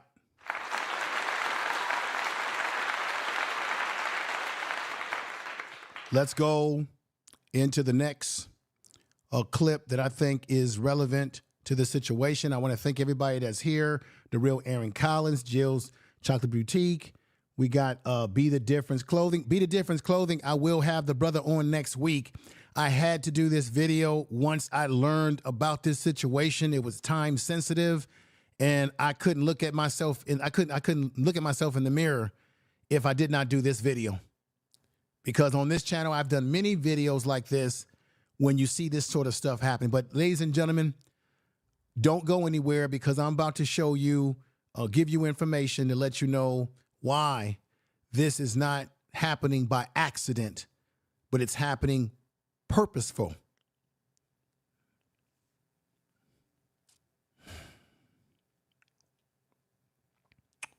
Man, you heard from the son. But let's let you hear another video where the father, her father,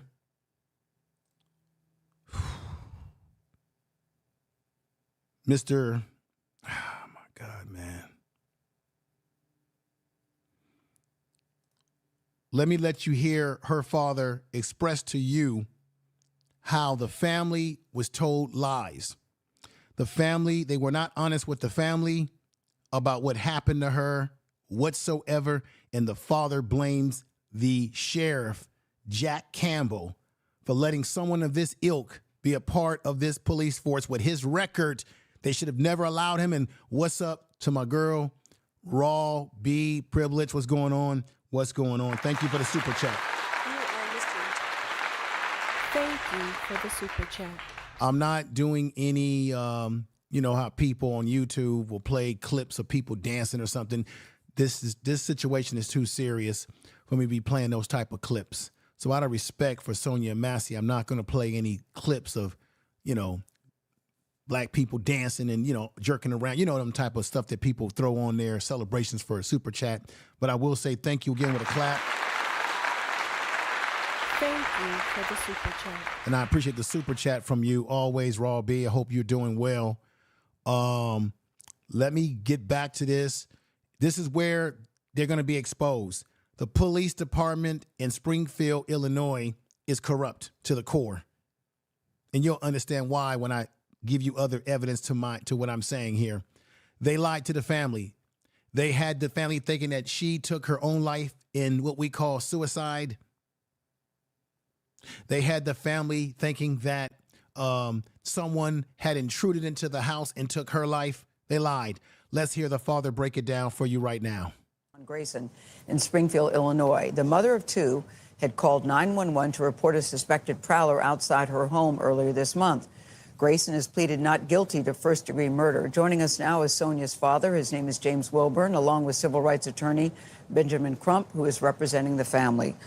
Good morning to you both. I want to start with you, Mr. Wilburn, because this video that we saw earlier was heartbreaking to those of us who didn't even know Sonya. I cannot imagine what it is like for you to have known your daughter the way that you did. And I know when these stories happen, it's just another story in the news. But for you, I always say the victim was somebody's everything. So before we get into the details of the case, please tell us what she was like and what you're missing most about her. Who was she? She was one of my 4 daughters.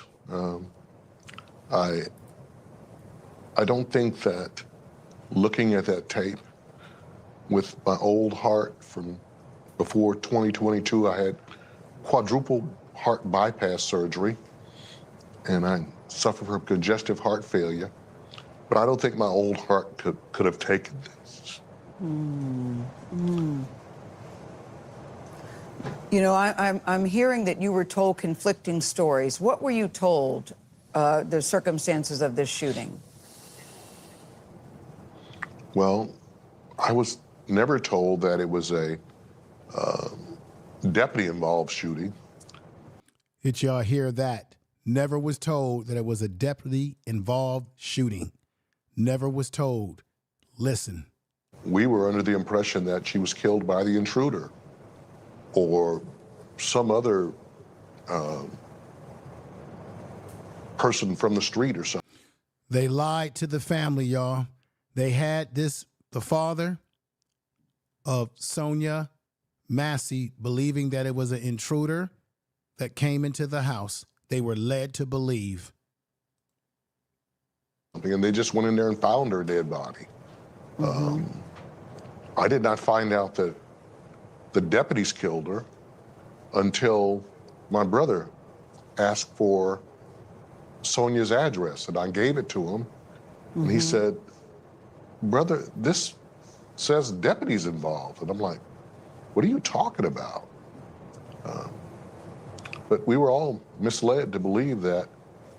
And then there was a story that this was self-inflicted, a self-inflicted gunshot.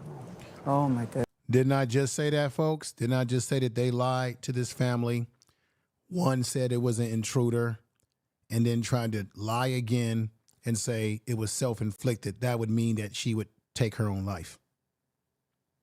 This is coming from out of this police department that's run in charge by this sheriff, Sheriff Jack Campbell.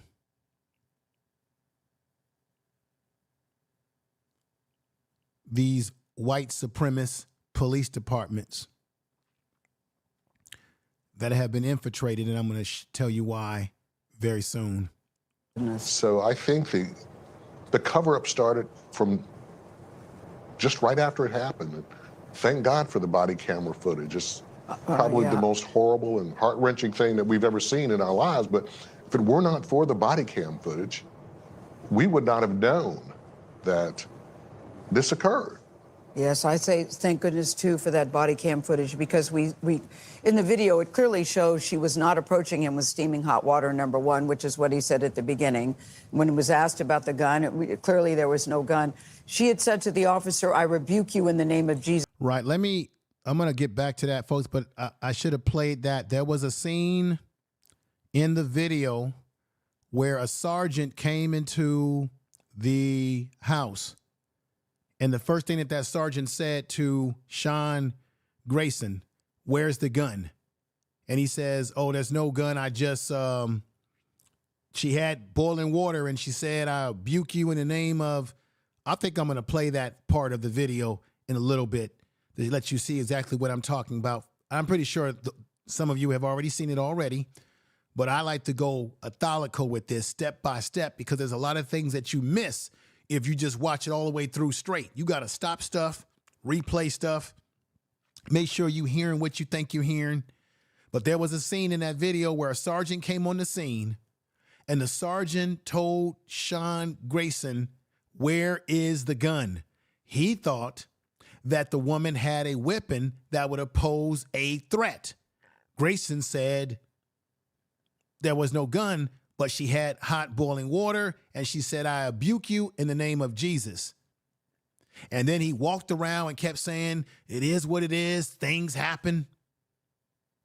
I also played the segment of the video tonight, put sevens if you heard it, where it showed him going to the police vehicle and saying, "Isn't she a 1096? Or did we have any information about her being a 1096? And a 1096 is a police code for someone who is mentally ill and is a suspect, which she was never a suspect that night. She called the damn police.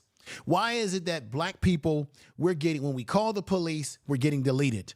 When we're in our house eating ice cream, we get deleted by a police shooting into our home? Why is it that when a black woman is playing video games up late in Dallas, Tashiana Jefferson, with her nephew, and she's in a state where you have the right to have a weapon,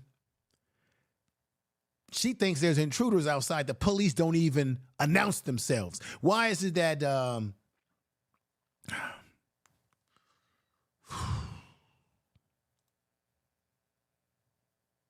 why is it that Breonna Taylor,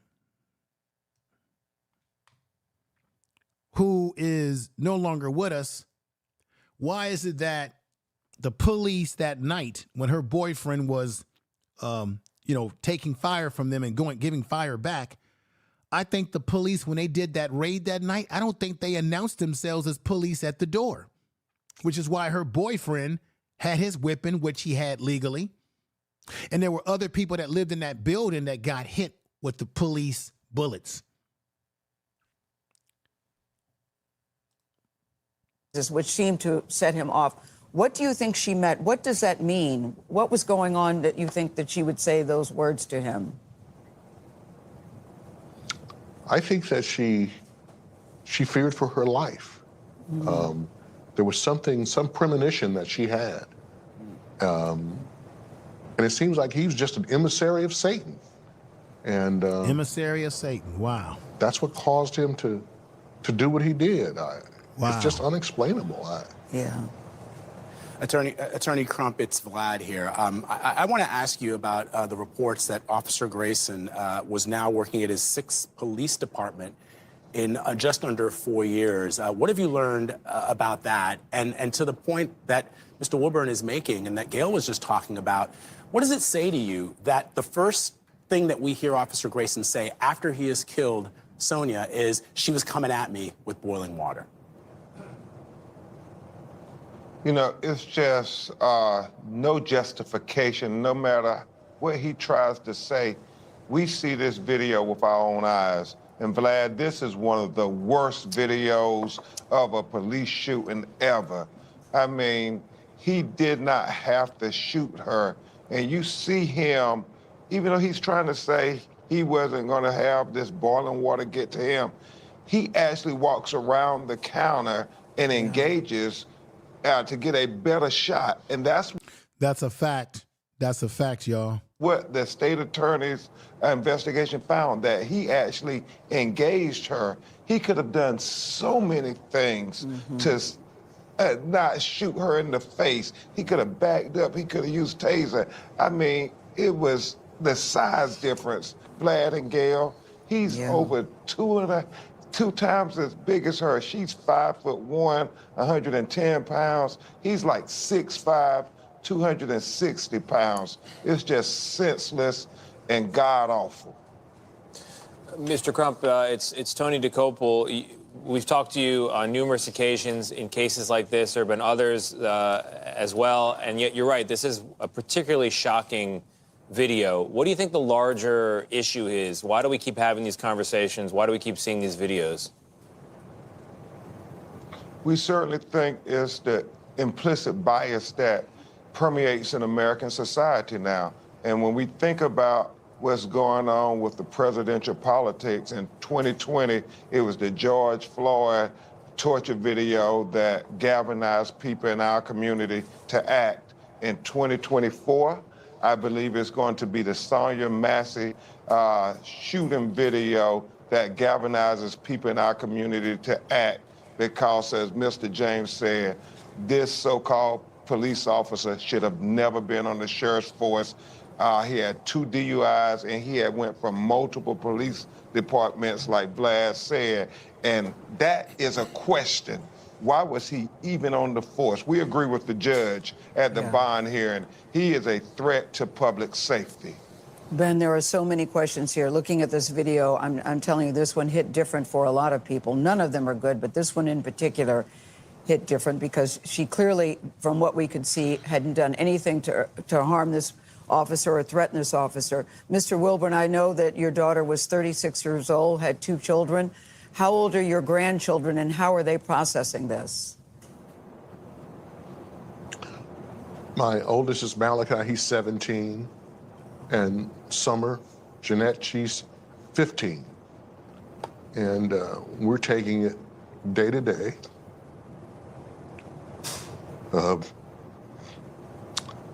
They're having a very hard time. Yeah. They're doing as best they can. That was their mama. I mean, she needed a helping hand. She didn't need a bullet to the face, Gail. Yeah, it is astounding to know that she had called for help and then she ends up the victim in her own home. I still don't understand that. This will never make sense to me. No humanity. When the partner tries to help, he says, no, it's a headshot. You don't need that. And with the blood gushing out of her face, he goes out and tells the other officers on the scene, he calls her a derogatory name for a woman. And we know what he called her. He called her, he said, he used the B word. Y'all know what the B word is, and I played that for y'all several times to reinforce what Benjamin Crump is talking about. She was crazy. I mean, where is the humanity? Yeah, I know. That is always a question in many of these shootings. Mr. Wilburn, we are so sorry that you were talking to us today about this particular story, but we do appreciate you taking the time to do so. People need to hear this story. Ben Crump, thank you.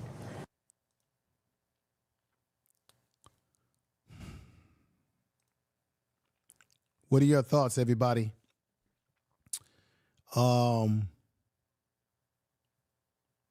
We've had a lot of people lose their life because of police misconduct, police deleting black people. Of course, you're going to have people out there that's going to make excuses for this cop and say, oh, black people, don't be emotional. We get emotional about these issues because it keeps happening to us. When they start telling y'all, oh, this is happening to people of color, no, it's happening to black people. And it's happening to black people who ain't even criminals. The woman calls she would have been better off to have never called the police and probably would still be alive. That's a damn shame when you got to say, hey, you know what? If you call the police, you might have your life taken away the same as you would against with an intruder coming in your house. Which one? Pick your poison. Which one you want to go with? Would you rather take your chances with an intruder coming into your home, or would you take your chances with a police officer coming into your home and deleting you?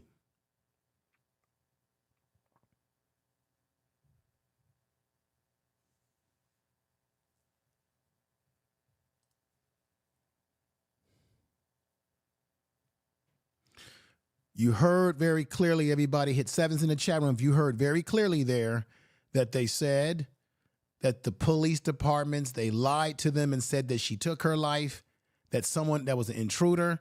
Let's hear with her son, Malachi, who's hurt. And I believe her mother has to say about what they said. Check this out.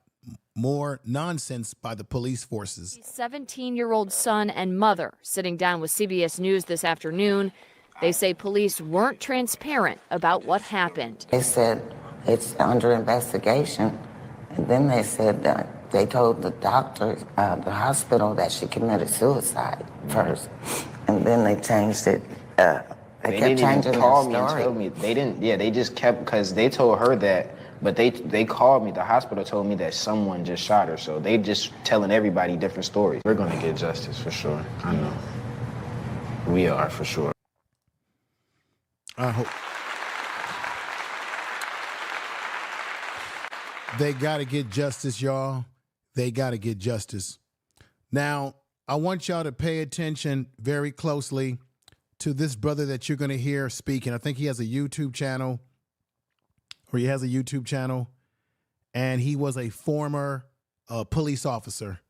I want y'all to listen to him very carefully as he breaks down the negligence of this white supremacist police. And there's a reason why I keep calling him a white supremacist. I say that not because he's supreme to us.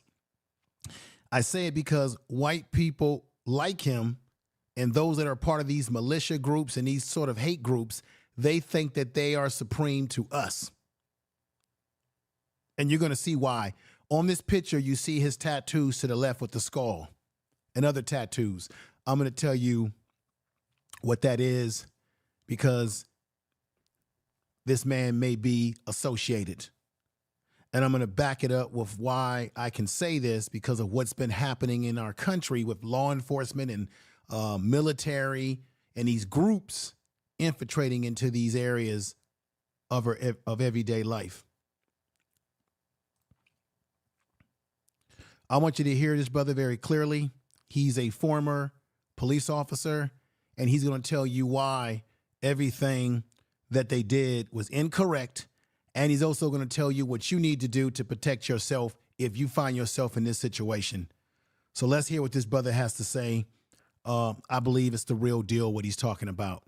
So check it out and be patient, everybody. It's very important that you watch this video today and share this video because there's a lot of stuff on the YouTube streets that we talk about that's absolutely means nothing to the bigger picture of our reality when we're out in this world. Listen to what this brother had to say. I think you're gonna be surprised by what he says. Once again, he's a former police officer who's breaking it on down. A citizen who pays taxes calls a law enforcement officer for help, that they should be confronted with that type of vitriol. You know, it's crazy because having gone to similar calls, I've never, ever felt like that I had to escalate it to deadly force. I mean, hell, if somebody called for help because they thought they heard something outside, man, you know, I'm not gonna go at them like that. And more times than not, you know, when you're dispatched to these calls, you know, you're gonna have notes in the call that's gonna let you know if the person that called and wanted, you know, a law enforcement response, they'll let you know, hey, you know, the dispatchers are asking, hey, do you once the cops arrive there, or deputy, whatever, just depends on where you're at. Could be a deputy, could be a police officer. But once they arrive and they, you know, search the area, make sure ain't nobody outside, you know, so on and so forth, do you want them to make contact with you? And at that point, the person that called can say, yes, they can make contact with me, or no, they don't have to, as long as there's no prowlers outside, you know, or anything of that nature. No, they can just, you know, go about their way, and I don't have to talk to them. Anything that the brother, let me know if what he is saying is making sense. This is fair use with the purpose of education, critical analysis, parody, criticism. It allows for the purpose of criticism, news reporting, teaching, and parody, which does not infringe on the Copyright Act under 17 USC. Peace to this brother, and let's get back. I don't have to do a face-to-face with them. So, you know, my thing is this. I really don't, unless this sister wanted them to make contact with her after they had searched her, searched around her residence to ensure that there was no one there that was in the process of committing a crime or who had already committed a crime. You know, did she want them to make contact with her? That's the first question that I would have. You see, he makes a good point. The point is, did they have a right to go in her home when she was never a suspect? And why didn't they ask her permission when she would have to give permission? And did they even ask her if she wanted them to come in the house? He makes compelling points. Because if she did not, then they should have just got back in their car, cleared the call, hey, arrived on scene, no unwanted / trespassers found on the property. That's it. Right. Same thing I was saying. The brother is 100% right, and he knows what he's talking about because he's been there. They should have went about their night. But in the event that this sister wanted someone to talk to her, the way, as soon as she opened the door, they asking her, well, what took you so long to get to the door? Well, probably because she was in bed, probably, you know, half dressed. Facts. Because most women sleep, you know, most people sleep half dressed when they get in bed. Facts over facts. He's making great points. They can't, remember I said that they came to her place with a bad disposition from the very, very get-go. When she had said, and his own partner, Sean Grayson, was so impatient that night that you could hear his own partner saying, she said that she's getting dressed. He came to the door with an attitude from the very get-go. And, you know, it took a while to get to the door. She had to put a bathrobe on. But just the way that this guy went at her, it was just crazy. So here's the thing. Let me give you guys and women some advice.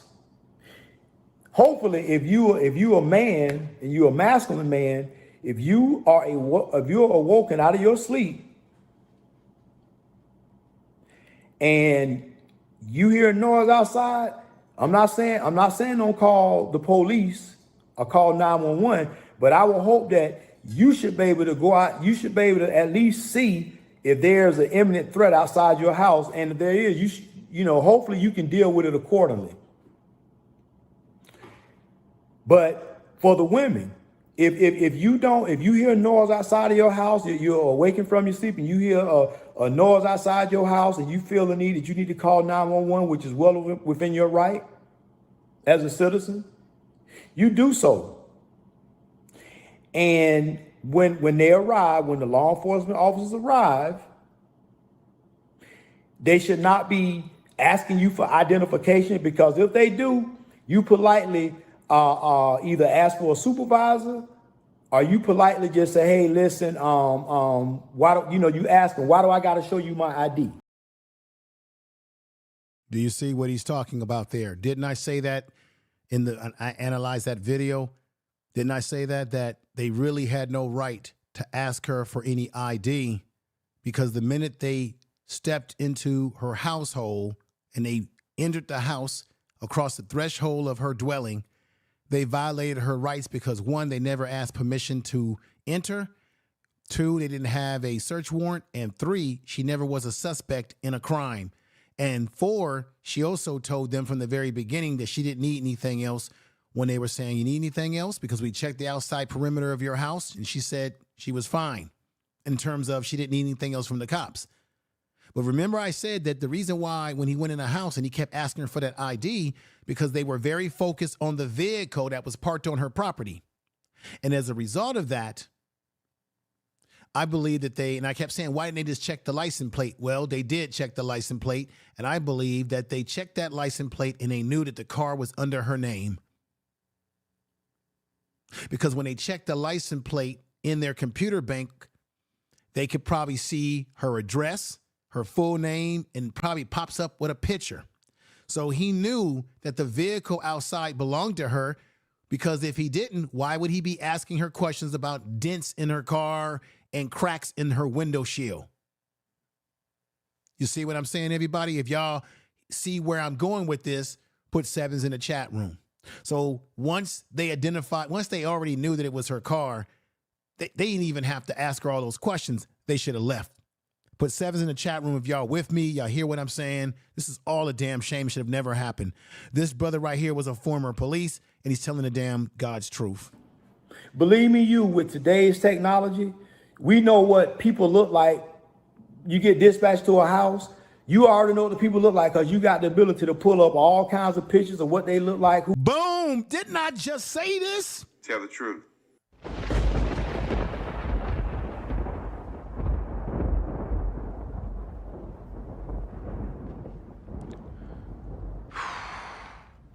Ladies and gentlemen, may I have your attention?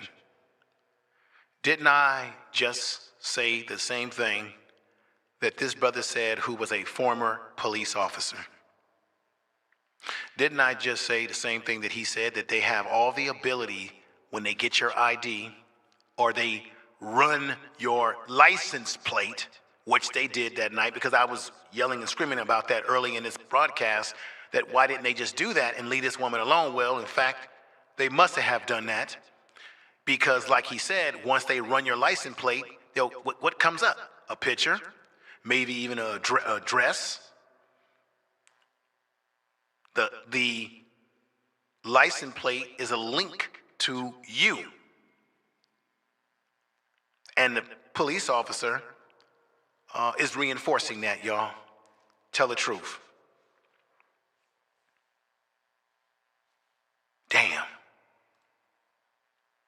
Who owns a house? Are there any cars registered to this person? You can see the driver's license picture. So really and truly, why they went at this sister and asking her all these crazy questions, I don't know. And really and truly, they had no reason to even go in the house. So in short of it, if you're ever in a similar situation, there's no need for them people to come to your house, come inside your house. There's also no need for them to ask you for identification. But if they ask you for identification, you politely say, okay, hey, listen, it's in my purse. Let me go and get it. I'm going to, I don't want you to come inside my house because I don't feel comfortable. I know y'all are cops, but y'all. This man is a former police officer. They had no right to come in her house. They could have, if they wanted to confirm that the car was hers, they could have said, ma'am, can we see your ID? And the reason why we want to see your ID, because we believe that the car that's out front is actually your car, ma'am. And once she eventually got the ID, and of course she said something about some other papers, but once they figured out that it was her, whether she gave them ID or not, they knew it was her, and they knew it was her car. They should have gotten their squad cars, and they should have left. And they should have actually called social services, as I keep saying in this video, because it was obvious that she was in crisis. And they escalated the whole damn thing. You know, whatever, but I just don't feel comfortable. What I can do is I can leave the door cracked so you can watch me go to my purse and come back with my ID. So, you know, so you don't think I'm, you know, so you don't have to be fearful or anything like that. So you can see me. And at that point, you go get your identification and you don't let them come inside your house. Right.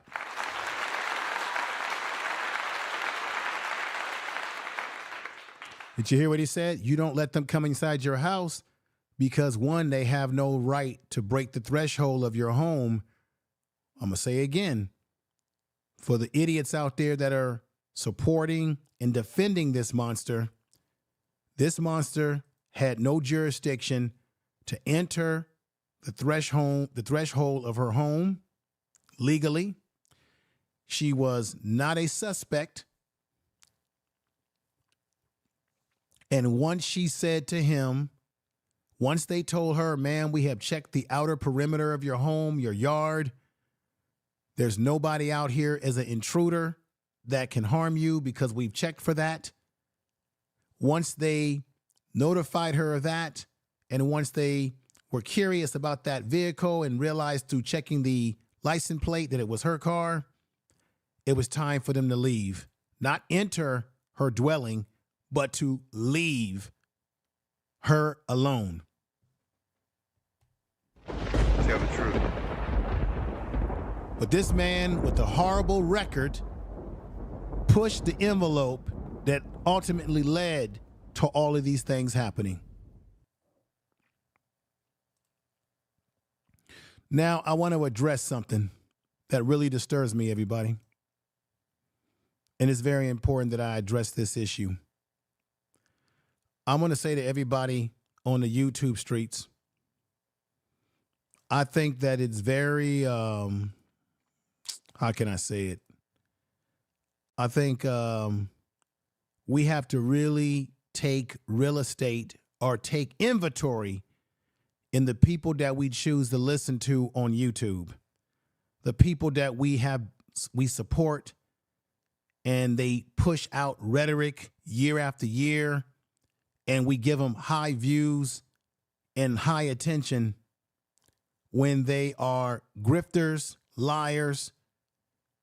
They are even what I would call raccoons, grifting and talking negatively about black men and black women to get their cornbread, to appeal to white folks, to think that if they can engage themselves in respectability politics, that white folks are going to somehow accept them.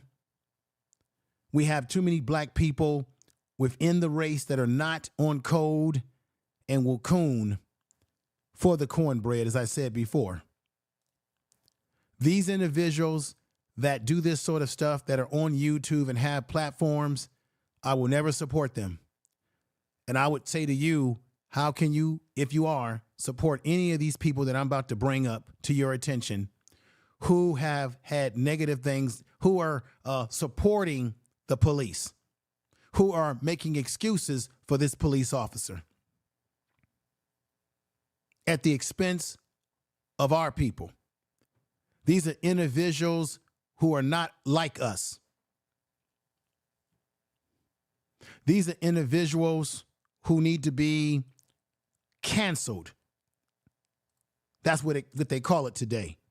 These individuals, and I'm going to bring a few up, need to be canceled. Like Candace Owens needs to be canceled.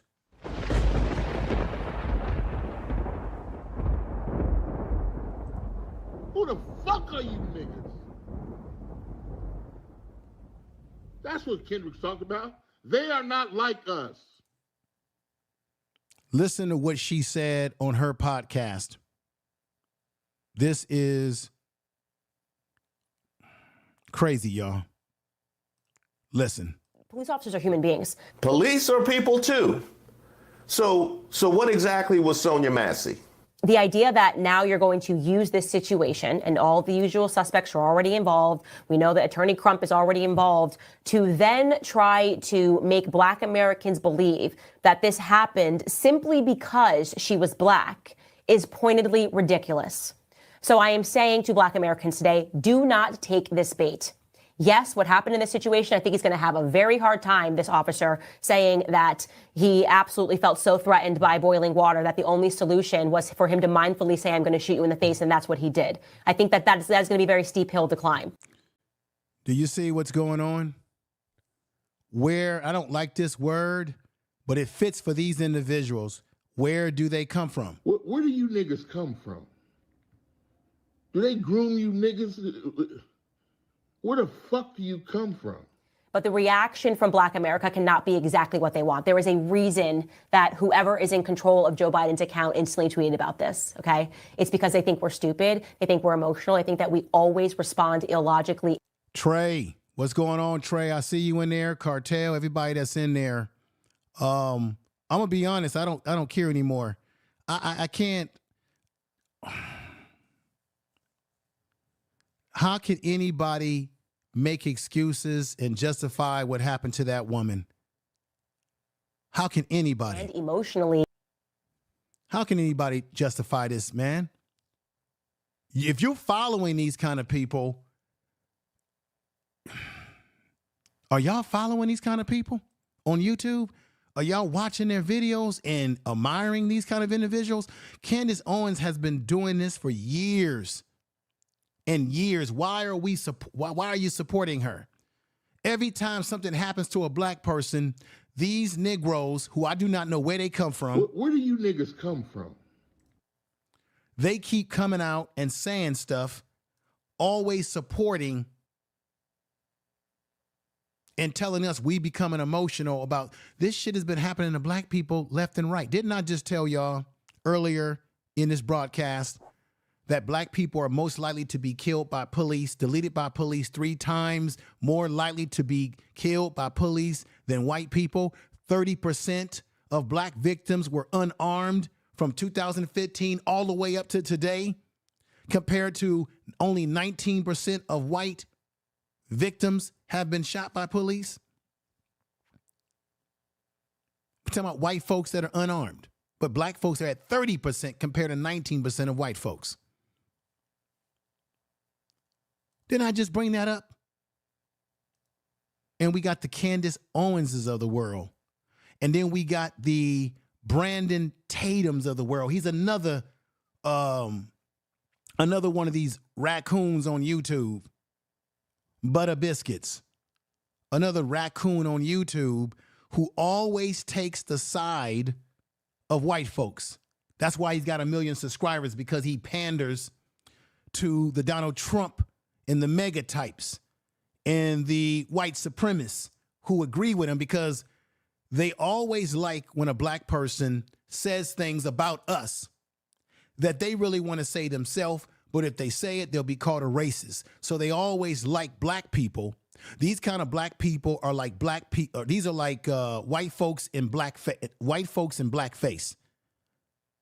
White racists, white supremacists in blackface who get on the YouTube streets, and every time something happens to Black people, they've always got something negative to say about Black people. All these Black conservatives, ask yourself, when has the Republican Party, and the Democrats are no good either, folks, so don't get it twisted. I'm not a supporter of Biden, any of these individuals. The Democrats have been terrible to us. But don't you find it interesting how Black Republicans seem to only be used to talk negatively about Black people? You never really hear Black Republicans being used by the white Republican clan to talk about policy. All right? Why haven't the Republican Party ran a Black man for president? I know years ago they wanted Adam Powell to run, but he didn't run because he knew that there was going to be some death threats on his life. But Every time a black person, when do they put black people in the seat of power within any of these political systems? Look at Michael Steele. Michael Steele used to be the chairman of the RNC, and when he wanted to be his own man and think for himself, they got rid of him because they said, no, Negro, we just want you to be a symbol, and we want you to talk about black folks so that we don't get called a racist, because if you're black and you're saying it, they can't call us a racist. So they use people like Brandon Tatum. People like him, he spills the white supremacy in blackface. He always has something good to say about when white folks do something wrong to us. He always finds a way to find us to be the ones at fault and never finds what they did. Now, on his video, he said that this police officer did make a bad decision, but he still cited that it was still, he had to do what he had to do because of the boiling hot water. I want y'all to listen to how these raccoons will always speak up for their master. Always will speak up for their master. Hang on, folks. Hang on. Be right back in a moment.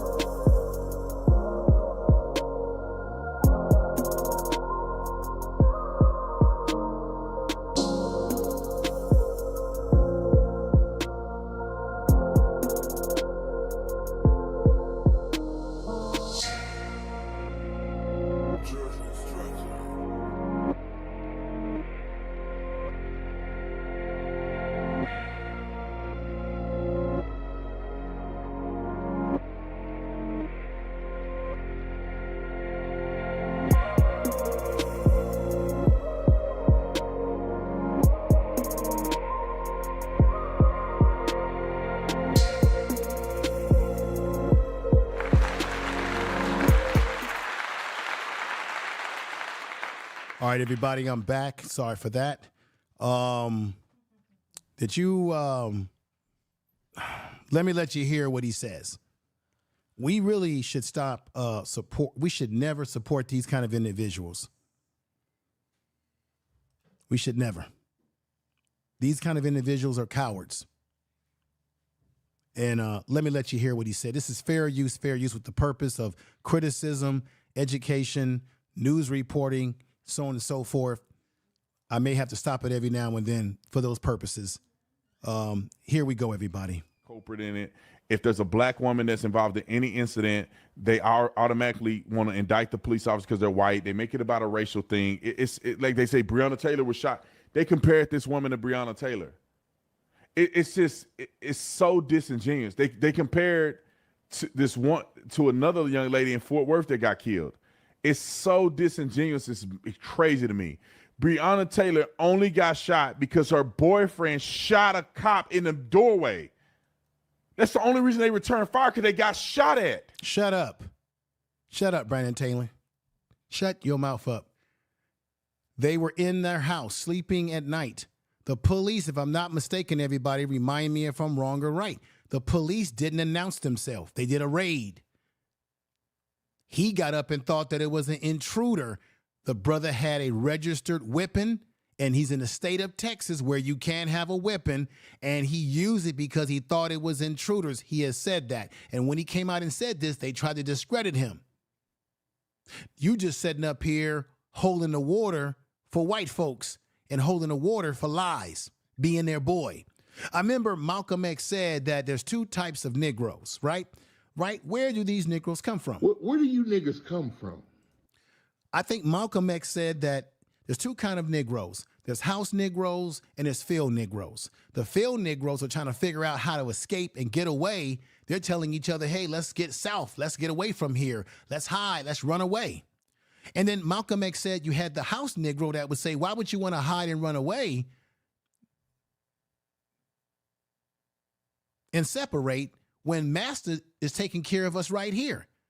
You see, when the master's house, the big house, catches on fire, the house Negro prays for rain to stop the fire. The field Negro prays that the house will continue to be on fire and that there will be more weather conditions that will cause the fire to burn the house down.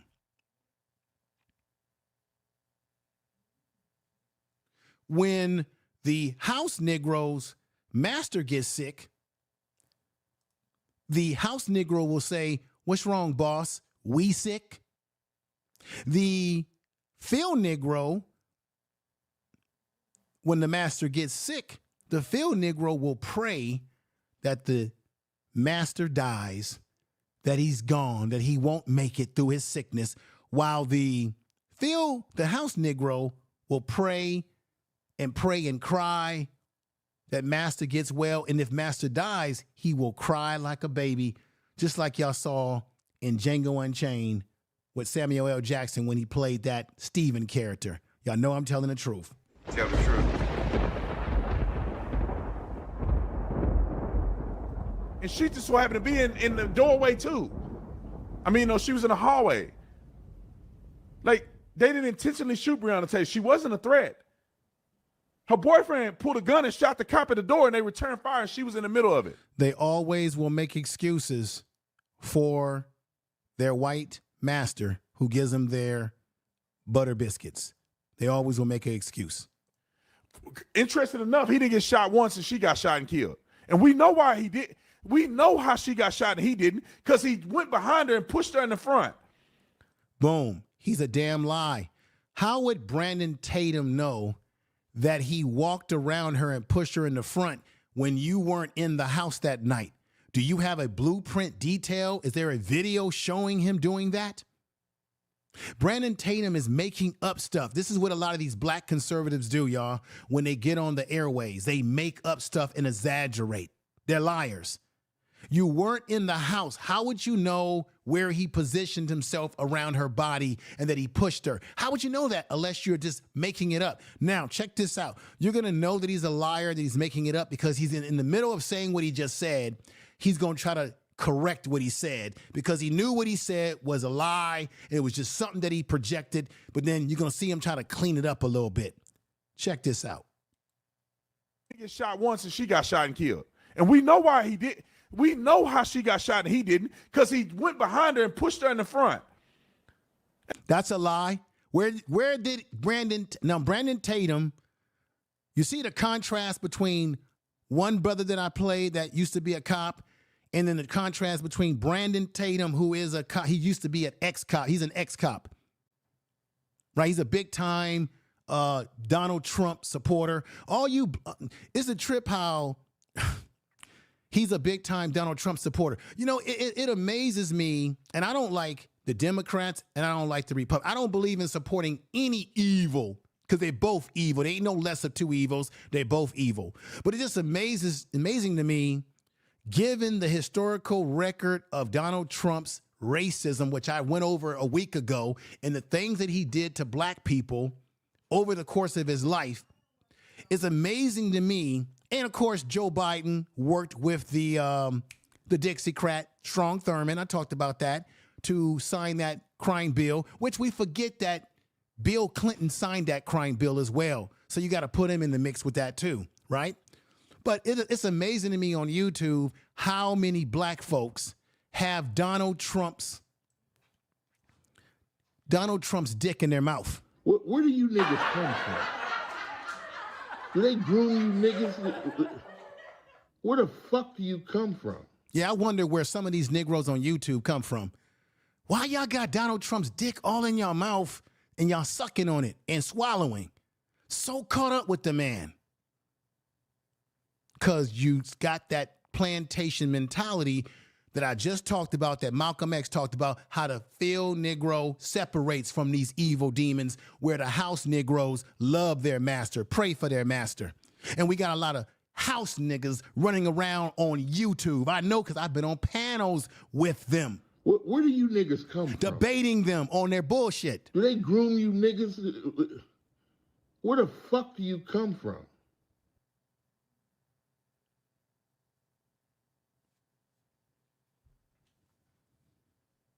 Listen to this nonsense.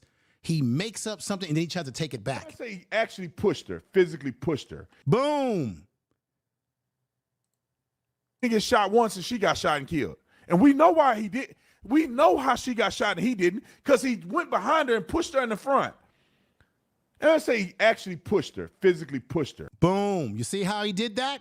I didn't say he actually pushed her, physically pushed her. Yes, you did, fool. But you tried to clean it up there. What he did was he shot the police officer. He dipped out. She was still stuck in the middle taking rounds on his behalf. That's what happened. Breonna Taylor was different than this lady. Oh, my God. Oh, my God.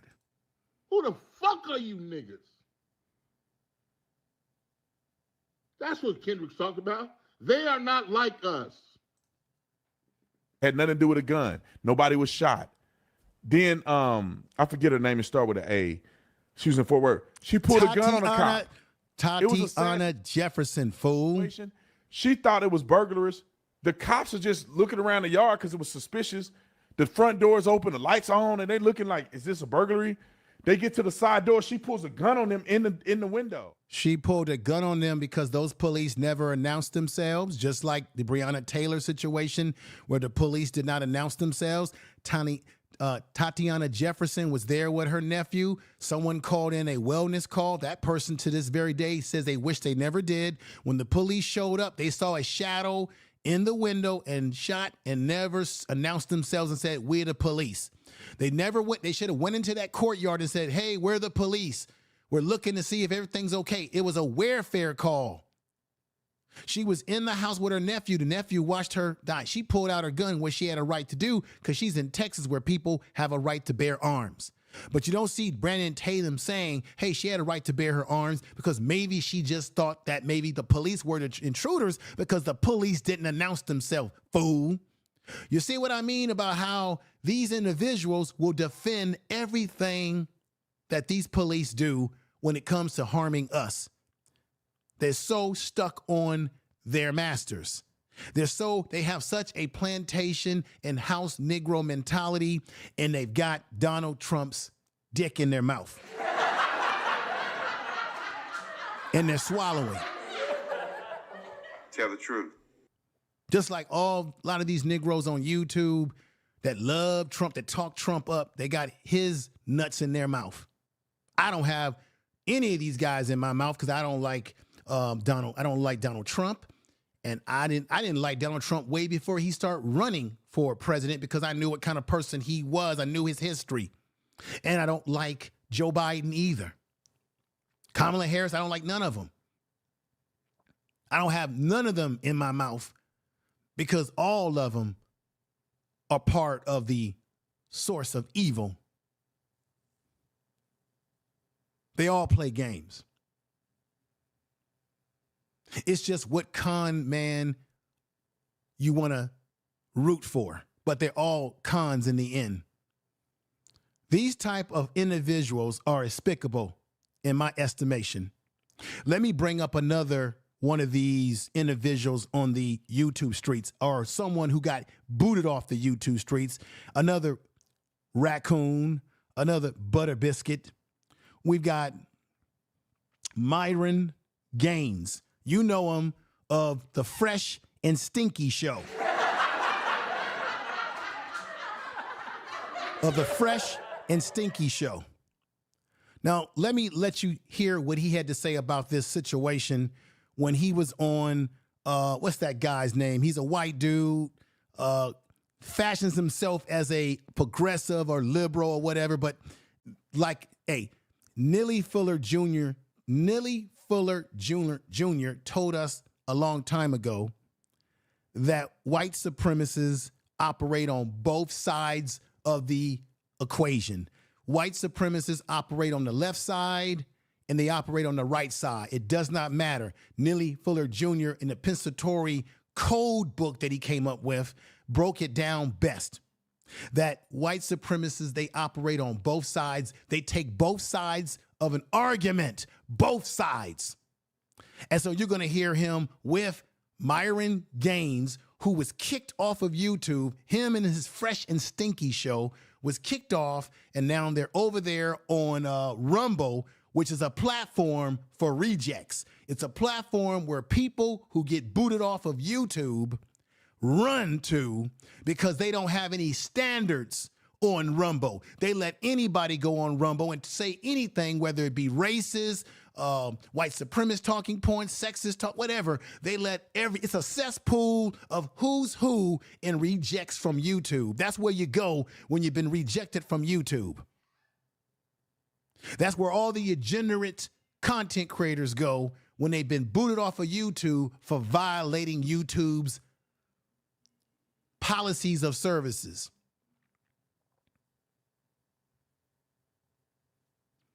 Now, listen to him. And technically, when these people get booted off of YouTube, you really shouldn't bring them on your channel, because you can sometimes get in trouble for bringing these individuals on your channel that YouTube doesn't want to have a voice on YouTube.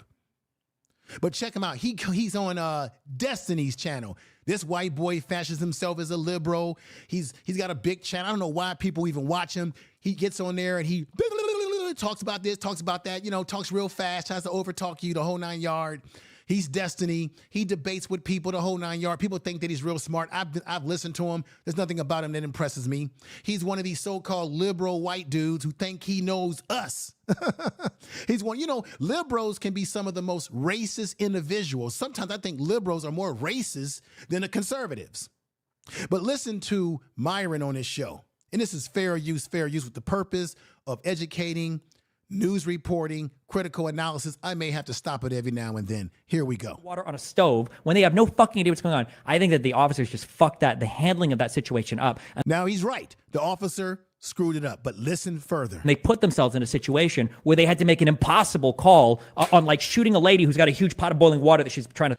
Now we're talking about she's got a huge, he making the pot sound like it's bigger than, he making the pot sound like it's as big as a planet. Oh, a huge, man, please. Hear how they exaggerate. This is so-called liberal. Throw out this cop. And it was just, I think it was fucked in that way. So when people analyze the shooting, usually when cops make mistakes, it's not because they made the wrong split-second decision. It's usually because they weren't being careful in advance to make sure that they had the people that they needed sitting on the sidewalk, their hands cuffed in advance to control the. Boom. You see how liberals will take both, he's a liberal. White supremacists take both sides of the argument, ladies and gentlemen. He's sitting up here talking about, well, they didn't make the mistake because of split second. They made a mistake of preparing. First of all, she wasn't under arrest. There was nobody to put in handcuffs on the sideline, Destiny. She called them for help. She was in distress. Situation, essentially. That was my feeling on it, yeah. And then Myron can agree or disagree with the. She was in distress. She wasn't. He's talking as if she was under arrest, that the police just didn't prepare things on the outside. What was there to prepare? She called them because she thought it was an intruder. The woman was going through mental health problems. This dude trips me out. When he goes live, he always got like guns hanging on the wall. What is that supposed to represent? It just looks stupid.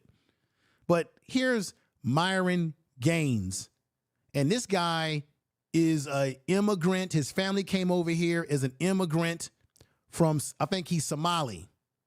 And I'm going to say it straight up.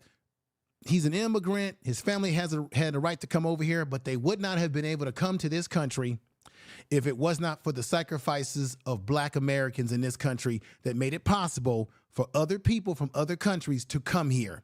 Okay? Myron has a history of going on Twitter Spaces and talking mean greasy towards Black Americans and pushing white supremacist talking points. Just want to let y'all know. Anybody that listens to him, you're not intelligent, in my opinion. But listen to what he's going to say. Now, this man has been noted as being someone who used to work for the feds, so that he has some law enforcement background. But everything that he says is incorrect.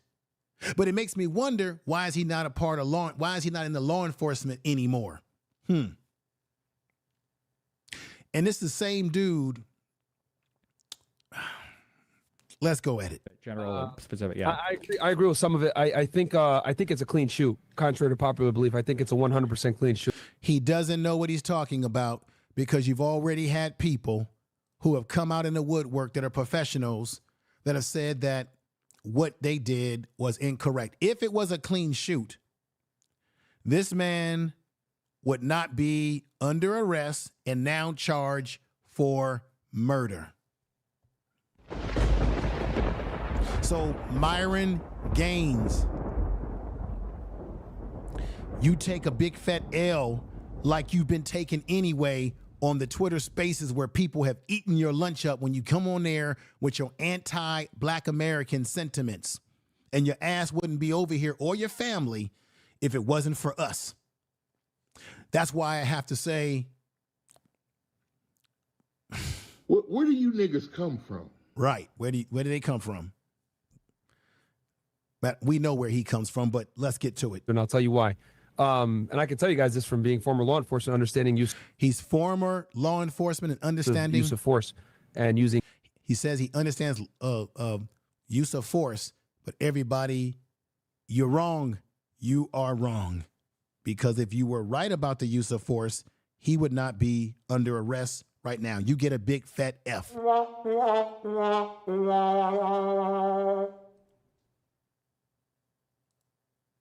I agree with some of it. I think it's a clean shoot, contrary to popular belief. I think it's a 100% clean shoot, and I'll tell you why. And I can tell you guys this from being former law enforcement, understanding use of force and using lethal force. You are not judged on 20/20 hindsight. You're judged on the facts that were visible to you when you decided to pull that trigger. So this is why, this happens all the time. A police officer will shoot someone that what they thought was a gun but she didn't have a gun. Why is he giving the example of a weapon such as a firearm when she did not have a firearm, which means she did not have any form of lethal force? She didn't have anything other than the pot of hot water, which I know can burn you, but it's not lethal. And she didn't actually throw the pot at them, because if you notice in the video, she ducked down. Now, there's some that are saying that when she ducked down, she tried to come up. But they were still firing their bullets at her. They didn't have to do that. They could have just ran when she had that pot of water and said, "I rebuke you in the name of Jesus." If he really felt that she was going to throw it on her, why didn't they just run out the damn door and call it a damn night? But here you got a man who, for whatever reason, he leaves law enforcement, comes up with the Stinky and Fresh podcast where he gets a lot of these women on the podcast talking all this red pill talk and how they're ladies, man, and they're this and that. It's all a damn act, y'all. Half the shit you see on YouTube with people like this who act like they big time, it's a lie. It's an image that they project to you and me. Because YouTube got rid of him and his partner, Marvin, they got rid of both of these individuals off of YouTube streets because they got demonetized and they got tired of the crap. It ends up being a toy gun. Why? Because they had no knowledge that it was a toy gun until after. He's talking about guns and toy guns. The woman didn't have a weapon, so your analysis is incorrect because she had no weapon. The analysis is incorrect. This man is arrested. The person was shot, but they were operating. We don't judge them on 20/20 hindsight, right? What were the facts available to them when they showed up on the scene? In this case, it's important to note that they go to the house and the woman has this boiling water, and she takes the boiling water and she doesn't follow lawful commands. They're telling her, "Hey, stop! Don't grab that water! Don't throw it on us! Blah blah blah! I'll shoot you!" And she still continues to disobey the lawful orders. Then she ducks down and the officers can't see her. Now, you're in their house. You don't know what she has in one of these. You fool. You are really a fool. The reason why that woman ducked down, because the officer said that he would shoot her in the head. She ducked down as a reflex reaction of being concerned about being shot with a gun. That's something that anybody would do. That would be natural motor skills reaction. That's muscle reaction. If someone comes at you to attack you, the first thing you do is you put your hands up to protect yourself from possibly being hit. She ducked down because he was shooting at her. That's natural reaction. Now, Marvin, or not Marvin is his partner, but Myron Gaines is trying to make he wasn't even there, but he's trying to make the notion that because she ducked down and they couldn't see what she was doing, she still was a threat. Man, the woman was like, what, 5'6", weighed a buck, whatever, 25. The officer was 6'2", weighed over 200 pounds, as Benjamin Crump said. The woman had a pot that had water in it. At that point in time, that water probably spilled on the kitchen floor or was spilling out.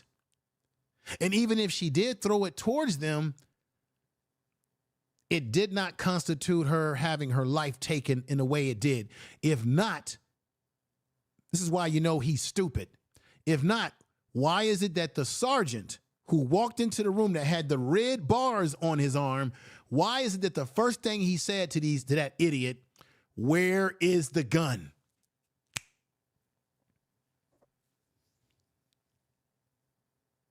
And they got him on video saying, is she a 1096? Do we have any calls about her being a 1096, which a 1096 means a person who has mental health problems, which is usually what they call in when you have someone who's a suspect who has mental health problems. You call it a 1096 so that you can get the proper people down there.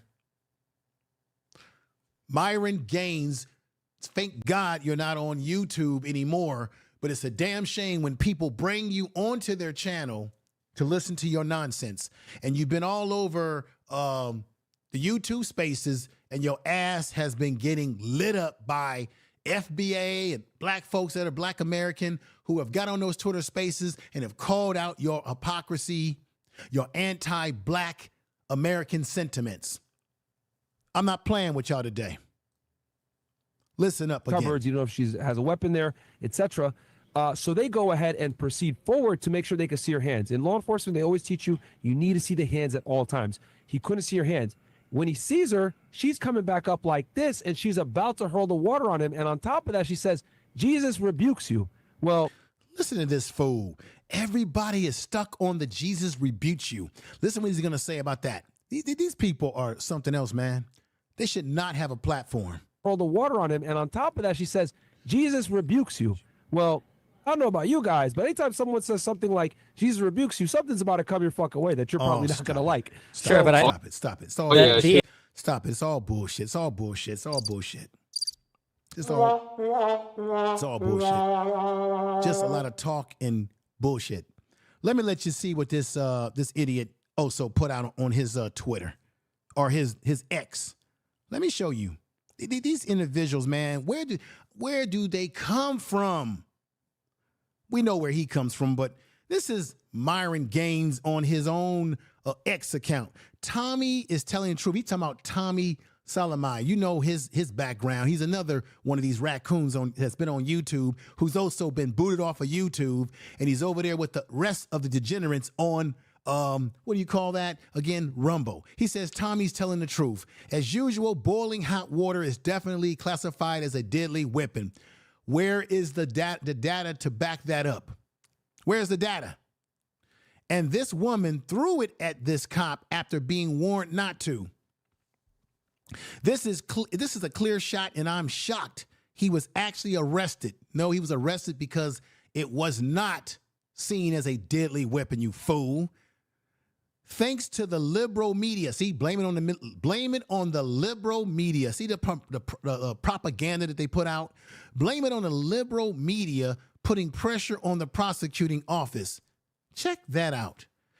See how these people always take the side of their white cornbread given masters. If he takes this to trial, he will win. No, he won't. He will not, because they've got video of him calling her out of her name. We have video of him saying that, hey, is this woman a 1096? We have video of the woman saying, I'm okay now. I don't need any other help from you. We have video of the woman saying that she was on medications. We have video of the woman showing that she was in distress. We have video of him entering the house when he had no right to enter, and he never asked permission. And we already had another law enforcement officer that I played today tell you that they had no right to do that. Takes this to the trial to win. This was a dog and pony show. No, it wasn't. Arrest with no chance of being proven guilty behind a reasonable doubt to keep the masses from rioting. This is some bullshit. He's full of bullshit. And then he's talking about his man, Tommy, another raccoon on the YouTube street.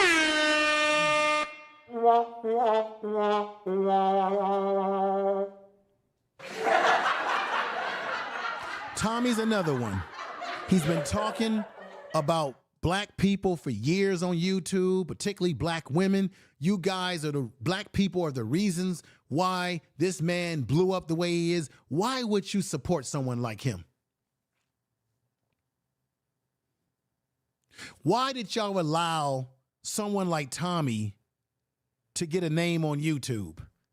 Why would y'all give him super chat? Why would y'all support a man who spends all of his time talking mad smack about black people, but then when he gets around white people, he's all polite and grinning and cheesing his mouth out?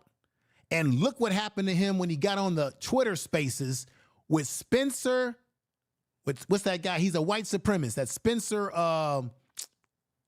the white boy called Spencer, he's a white supremacist.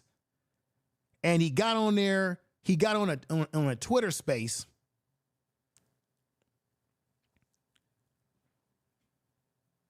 with this guy, Spencer, and the rest of the white supremacists.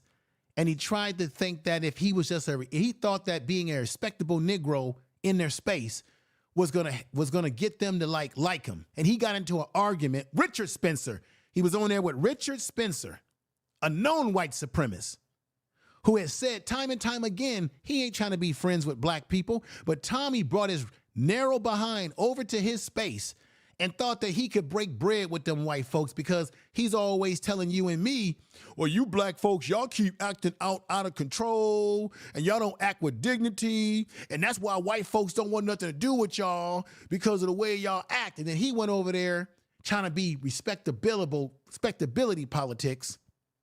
And Richard Spencer told him straight up, I don't care how nice you are, what you are. You ain't white. We don't need you. We don't want to be a part of you. He got into a back and forth with Richard Spencer and his people over there, and they clowned Tommy. They made Tommy look like the house Negro that he is.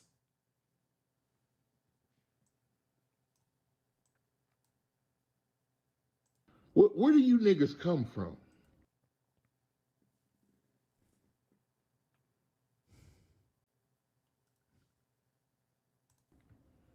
Do they groom you niggas? I'm just telling the truth, y'all. Tell the truth. So Tommy said this in his Twitter space. After all the lies black Democrats and liberal media have told about what happened to Sonya Massey, I decided to show you that she did, in fact, throw a large pot of boiling hot water at the cop before being deleted. Watch, and can you tell me why they are opening lies about that? What happened? It doesn't matter. See, this is what's dumb about these dummies. Tommy's another one who's got Donald Trump's dick in his mouth, too.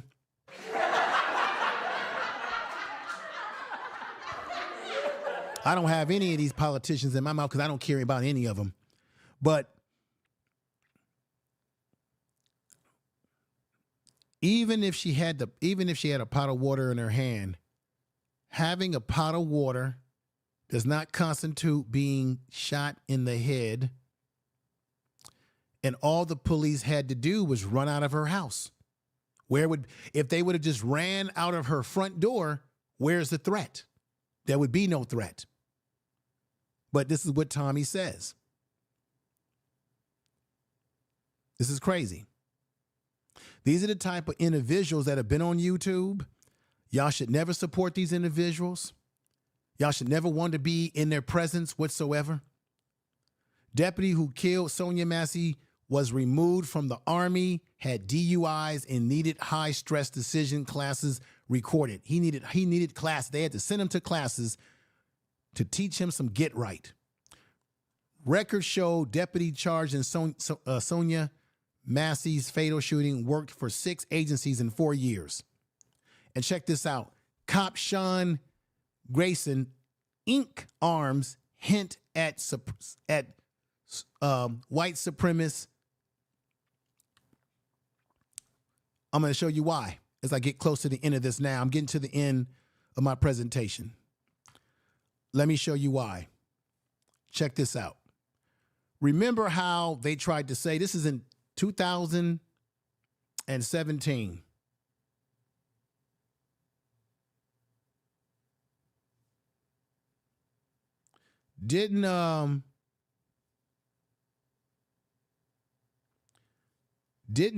Wasn't Trump in office and had a DOJ that was talking about black extremists, identity extremists, which was a bunch of bullshit. You don't have any black folks going around doing what these white supremacists are doing.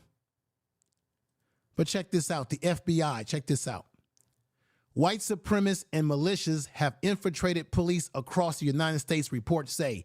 A former FBI agent has documented links between serving officers and racist militia activities in more than a dozen states.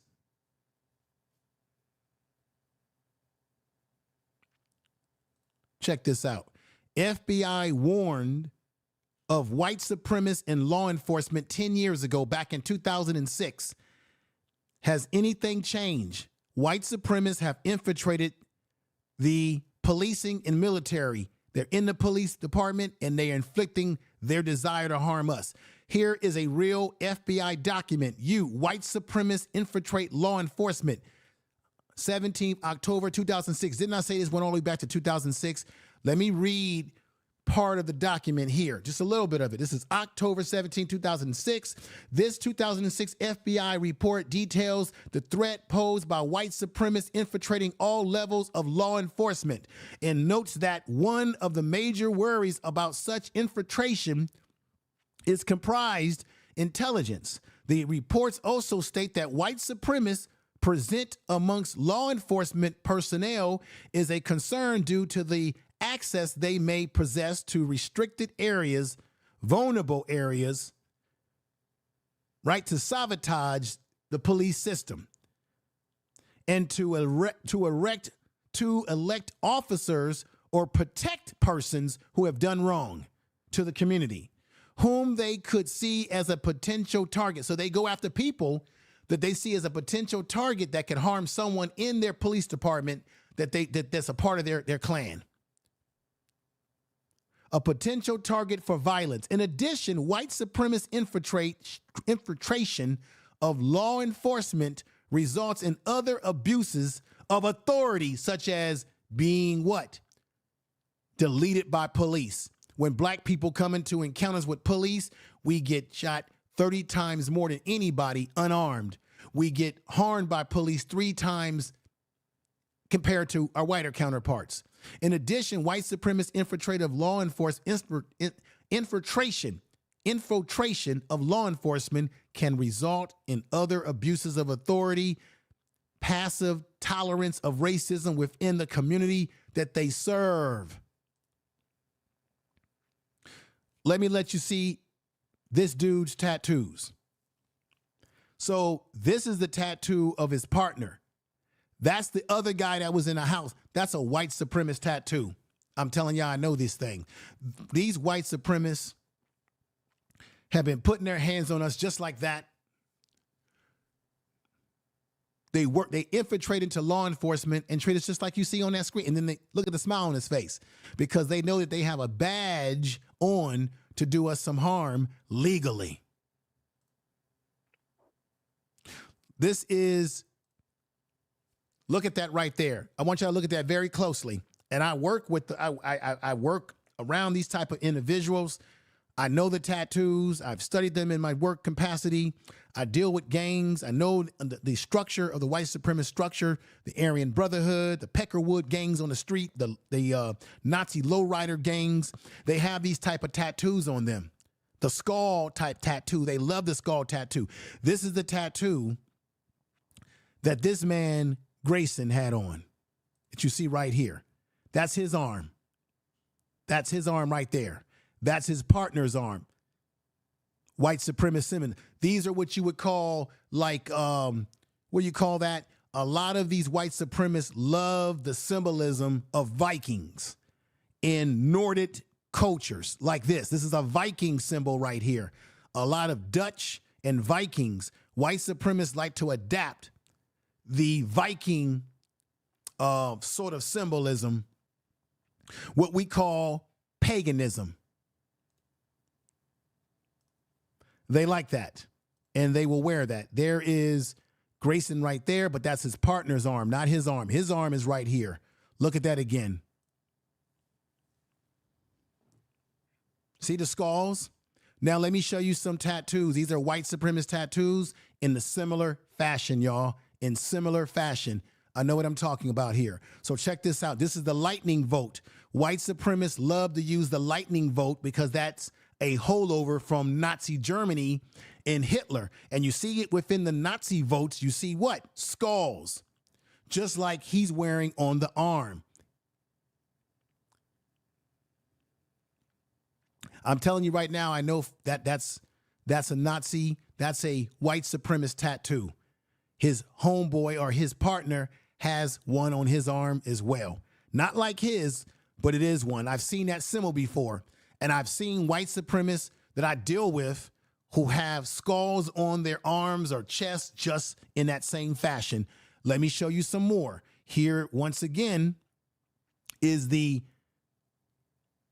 lightning tattoo with the skulls in it. But here's another tattoo, white supremacist tattoo, once again, with the skull. They like the skull symbol. They go a swastika with the skull symbol in it. They like this symbol. Now, here's another skull symbol of the white supremacists. They go with the 88 and the 14. 88 is a symbol that comes out from Germany with the whole Hitler and the right, the whole Nazi. They love that 88 symbol because it represents, 88 represents a continual, right? So there's, again, that's a patch. This is something that white supremacists wear. They wear that 14 and that 8, that 88 number. So if you see somebody, white boy with that 88 and that skull, he subscribes to white supremacy and militia and white nationalist type of ideology. I know this well because I deal with guys in the joint who have these kind of tattoos on them. Here's another tattoo with a skull on it. It's very similar. There you go right there. Rock again. They subscribe to these things. Once again, Grayson has the same sort of skull symbolism. And I have seen guys with tattoos very similar to the way he's got it on there. Okay? So this is what we're dealing with. White supremacists, I've already told you, white supremacists have infiltrated law enforcement. The FBI has done studies about this. They have infiltrated both military and law enforcement and other forms of work. Where you think all these people went, y'all? Where you think all the skinheads from the 80s, where you think they went? They all got jobs. They all went to school and said, go into law enforcement, because if we go into law enforcement, we had a law on our side, and now we can mess with these black folks anytime we want and get away with it. That's what this is. Look at his background. He has a background of being booted out of several law enforcement agencies, as well as the military. Didn't I say they infiltrate the military too? As well as being booted out of this department and now being charged for murder of Sonya Massey.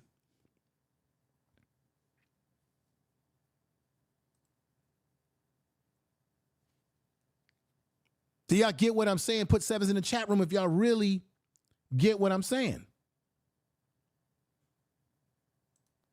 Tell the truth.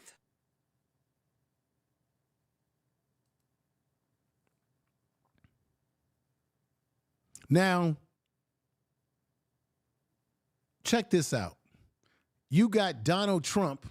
For those of you who got Donald Trump in your got his private parts in your mouth, part of the Project 2025 is that Donald Trump said that he promises to give police immunity. Do you know how dangerous that's going to be for black people? We're already getting raked over the coals by these police. And if he gives them immunity at the federal level, this is what he had to say. Check this out. This is what he said. He wants to give them immunity at the federal level, y'all. We're going to give immunity to police so they can do their job. I'm giving federal immunity to police officers so they can do their job. That we're going to give immunity to police so they can do their job. I'm giving federal immunity to police officers so they can do their job.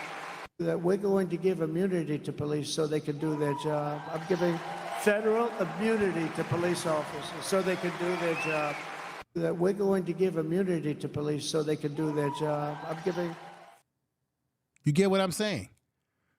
If you give them federal immunity, they can get away with anything. They can even get away with taking a woman out like Sonya Massey, and he can get away with it. I've already told you that black people, since 2015 and on up today, we are 30% likely to be taken out by police unarmed. We are 3 times more likely to be deleted, killed by police than white folks. I also brought up this article last week that reports that black people are still being killed by cops at higher rates than other groups. Until we get to policies that dismantle the system that exists to allow police to do whatever they want to you, this is still going to happen. Okay? Right here. Lifetime risk of being taken out, killed by police if you're black. Your lifetime risk is out of 100,000 per 100,000 as a black person. Out of 100,000 black people, your risk of being taken out by police as a black person is 96%. We're talking about black men and black boys. If you're a white person, your risk out of the 100,000 is 39 deaths for white people, for white men and white boys. 39 versus 96 for black men and boys. That is not what we need. We don't need police to have automatic immunity. Officers so they can do their job. That we're going to give immunity to police so they can do their job. We don't need that. That's what Donald Trump is promoting for his campaign this year. And also that's in the Project 2025. Don't tell me that Donald Trump doesn't know about Project 2025 because everything that he just said out of his mouth is in Project 2025. And I just did a video about that a week ago.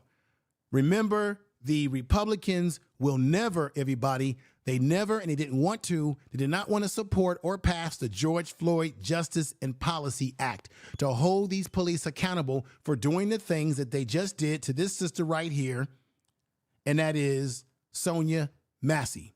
This should have never happened to her. They should be held accountable, but they have not. Well, at least this cop is being held accountable. He will be going to jail, or at least there will be a trial. He's been arrested. But many times they are not held accountable for the things that they do.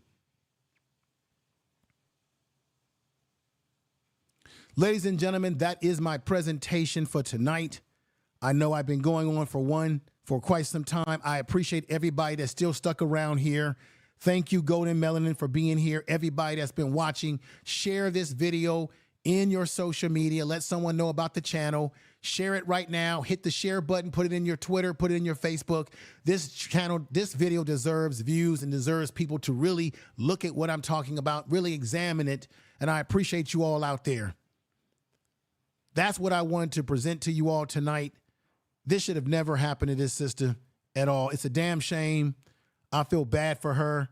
And with that said, everybody, I'm going to get ready to get out of here. And thank you all with a clap. Make sure there's no other videos that I have not played that I wanted to play tonight. And I think I played everything that I wanted to play. I think I've done everything that I could do possibly about this issue or talk about this issue. And everybody, take care of yourself. Tell somebody that you love them.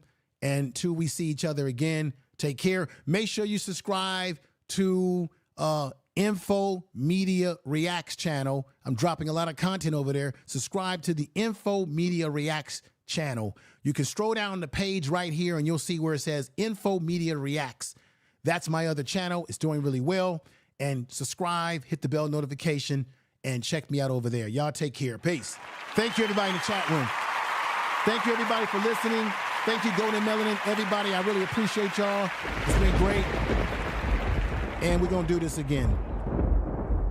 Thank you again, everybody. Peace.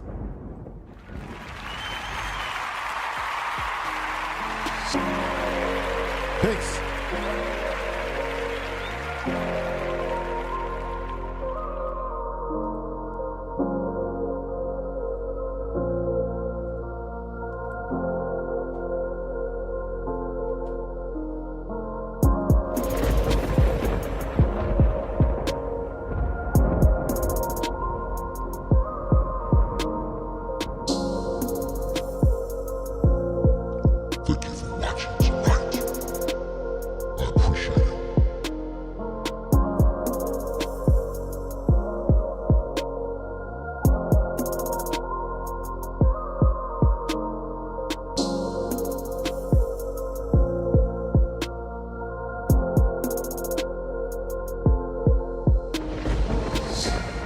Tell the truth. Infiltration Man, please make sure to subscribe to his channel. You are listening to Information Man. Please make sure to subscribe to his channel.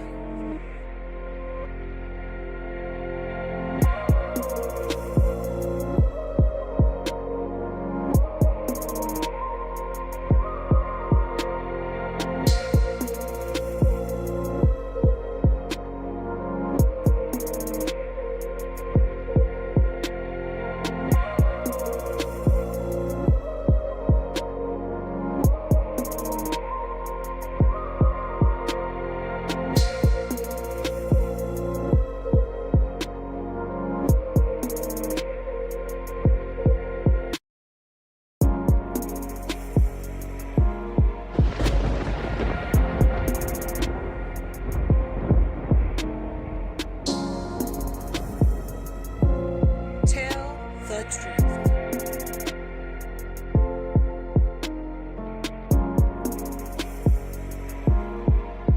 Tell the truth. Tell the truth.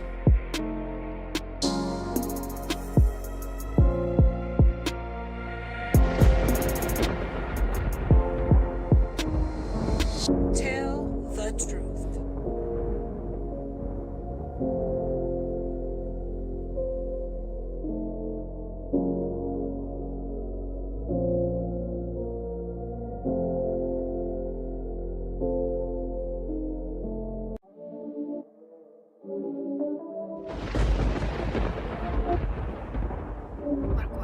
Маркони.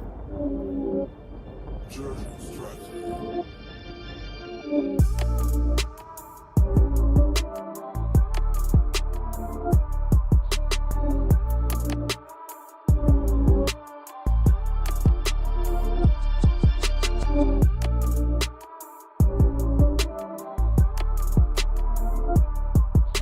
Tell the truth.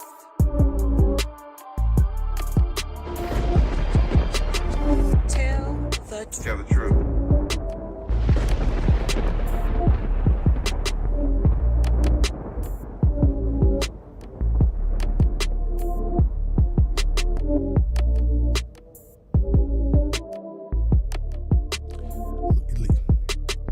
Alicia, thank you tonight for your support as well. Thank you all who've been supporting me on all the platforms. I see we got Lawrence, Mr. Lawrence in here. Thank you. Elevate Mind Healer, thank you for coming over. I thank everybody. We got to tell the truth, you know? That's what it's about, you know? I appreciate y'all. Thank you.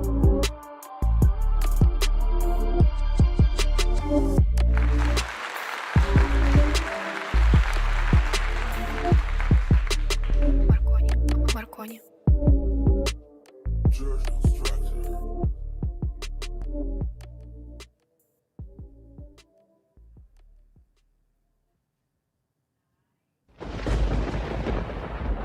Tell the truth.